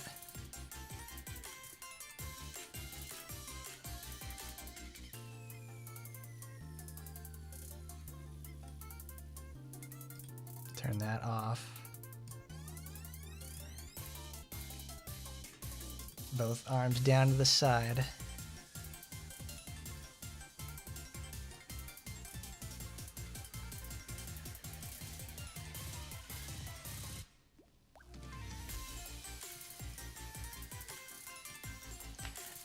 You can't move their hips, which is kind of crap because that's the whole thing with Michael Jackson's the lean is that his entire body sits straight up, and then it's like you hands down, arms to the side, and then he's just like he's got the lean. Like she can do the lean, which is much easier than it previously would be with the previous setup. Now I have to. I can do this. I can make it do this. I can do. Hey, check it out! Look at these things! Woo! I got that jiggling jugs. Jugworld.com, baby. Rest in pieces. That's to say the least.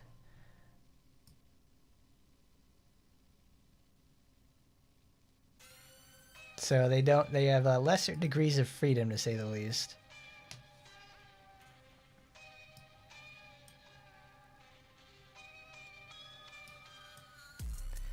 This may be as close enough as I can get it. See, like like when she's leaning like this, she looks like she's about to fall over, like she's drunk or something.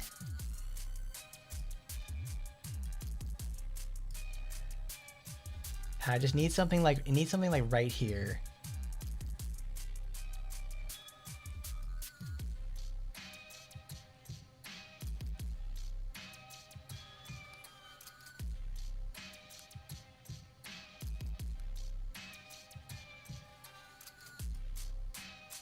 Oh, I'm missing it. That's right, because it's like you're supposed to be thinking of like the fulcrum is the ankle. Ooh, wow, that's big news to me actually. Because he's supposed to be like he's standing straight up, but he's anti-gravity. Dang, even from beyond the grave, Michael Jackson is still amazing me. I don't care what people say. It's like he's the man made Thriller. How can I say no to the man who just made a banger ass album? Even after he became like, you know, like after the Pepsi commercial accident, it's like he even then he still put on a show. Makes me wish I saw him in concert or something like that.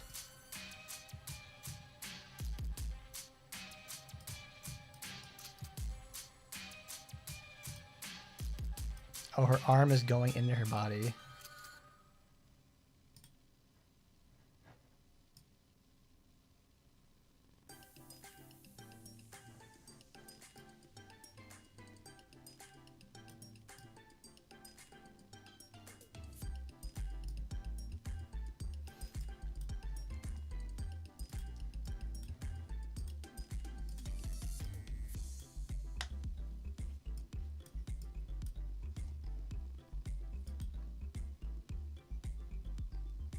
Boy, that's nice. You can actually like just move the fingers. Well, you can't manually move them like that.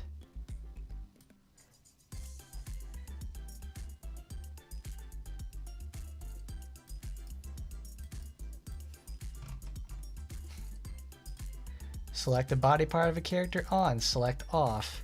This sort of seems like debug features that really just like, you know, were already in the game, but they just never turned them on.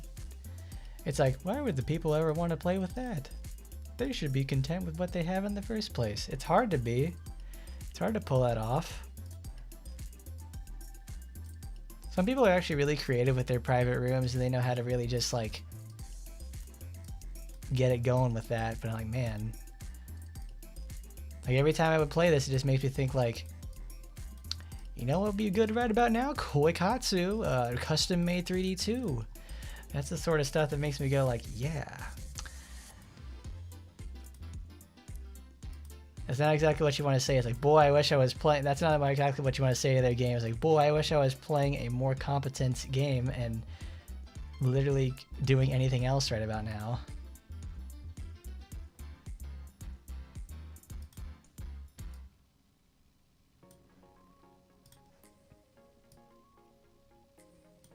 I'm just glad they have finer detail adjustment.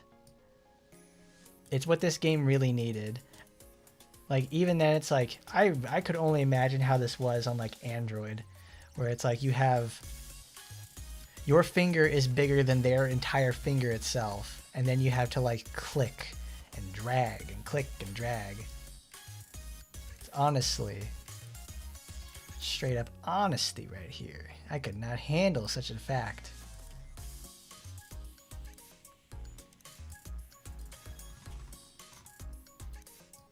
Broken ankles, Asagi, my goodness. She's got them core muscles. She's got strong ankles. No flat-footedness here, everybody. Let's give her an expression. Well, I mean, in the music video for Smooth Criminal, Michael's stone face is all it gets. Oh, 125. I wish I could, like, see what they look like.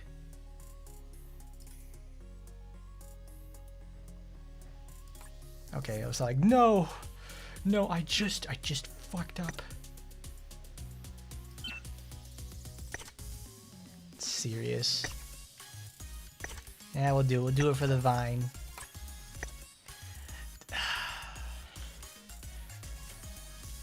That's how they nickel and dime you on this. It costs over 1,000 gems just to make a simple expression. Today's expression is rage.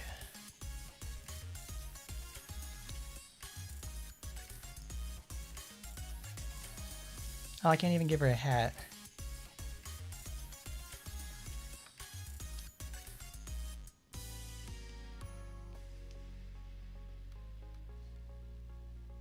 See, there you go. Timaverse got it.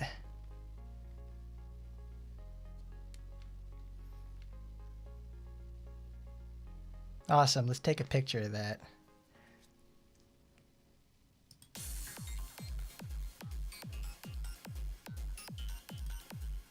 Select the slot you wish to save. Let's go to free view.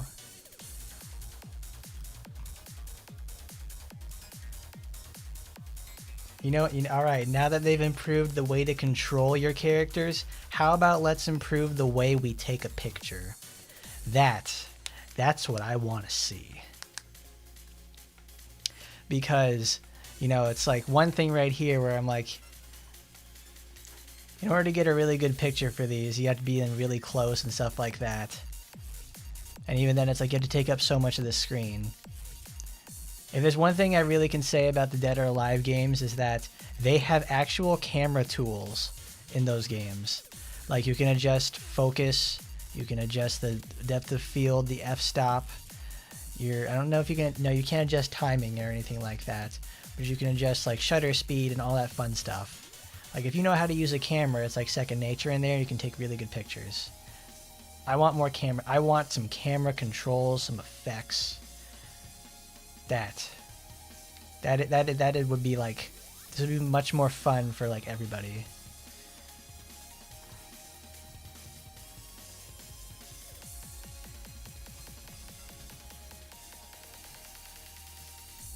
Can you rotate the camera?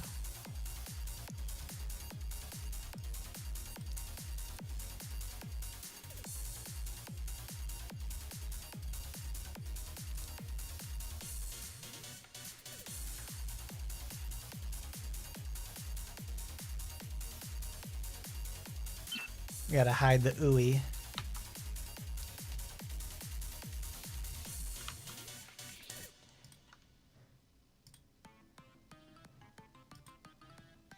Oh yeah.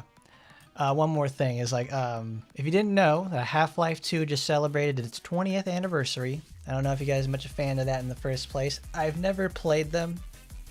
I hear they're pretty good. But the thing is, it's that they are now free on Steam. As of this moment, they are free on Steam. The second game is both episodes.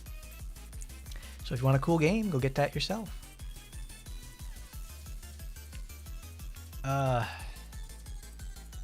Yeah, that'll do it. I don't know where they save the screenshots anymore because I think that's changed. Oops.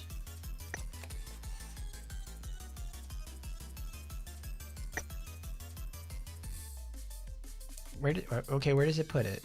That's my question.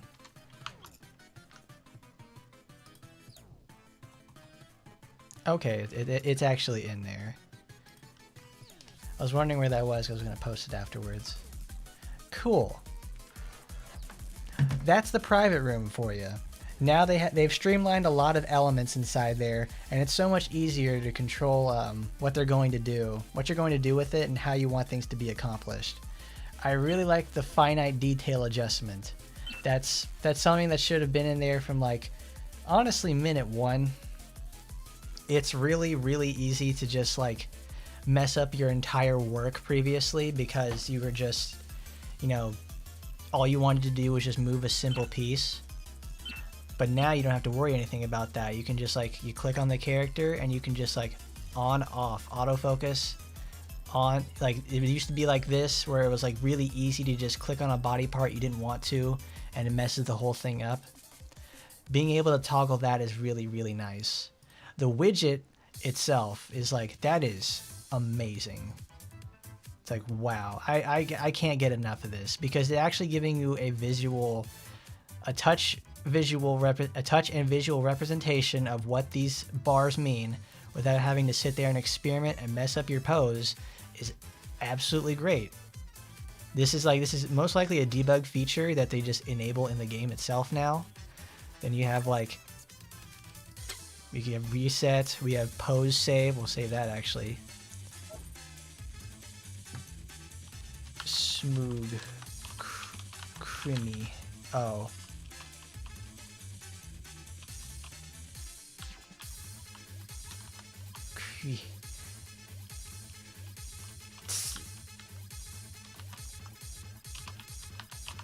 Smooth cream, there you go.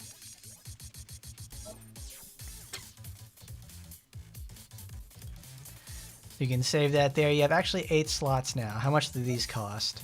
300 gems for a slot. Well, that's like the base cost. Lord help us. They gotta get their money somewhere, right? Well, I can see the poses have changed, and they're still really, really expensive. I mean, all the characters can use these poses, but it's like, ooh. Oh, I love you, Asagi. You're just so serious in all these ones. It's nice. Hold on. You've been struck by a smooth criminal. Yeah, there we go. And then they have the expressions, same thing over there. I'm just really happy they have camera settings, the shortcut buttons they can see there. You can select the body part that's up to that.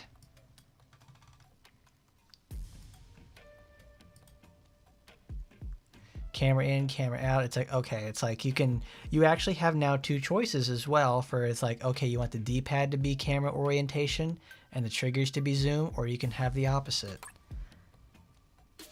They really cleaned up with this. Just this alone, with the individual node selection and the hands. I would kind of like more nodes because, like, you know, the smooth criminal, you got a little bit more into the hip, but the actual part right here that moves is like, it moves the whole body. That's just like one thing.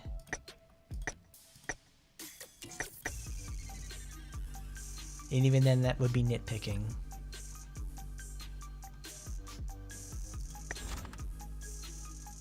Oh, it lost all my pictures before that. You can create a GIF. What?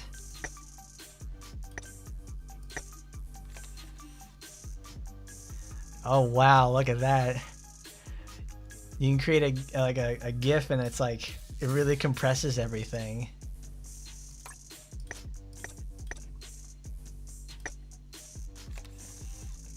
Oh, that's cool! Wow. Oh, that's awesome! Okay, I'll delete that one. That is great!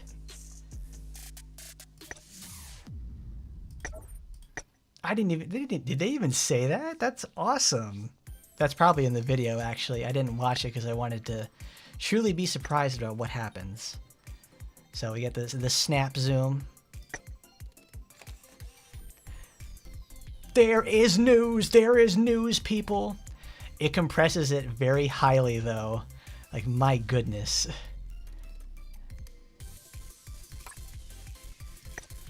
Oh, that's so cool. Wow.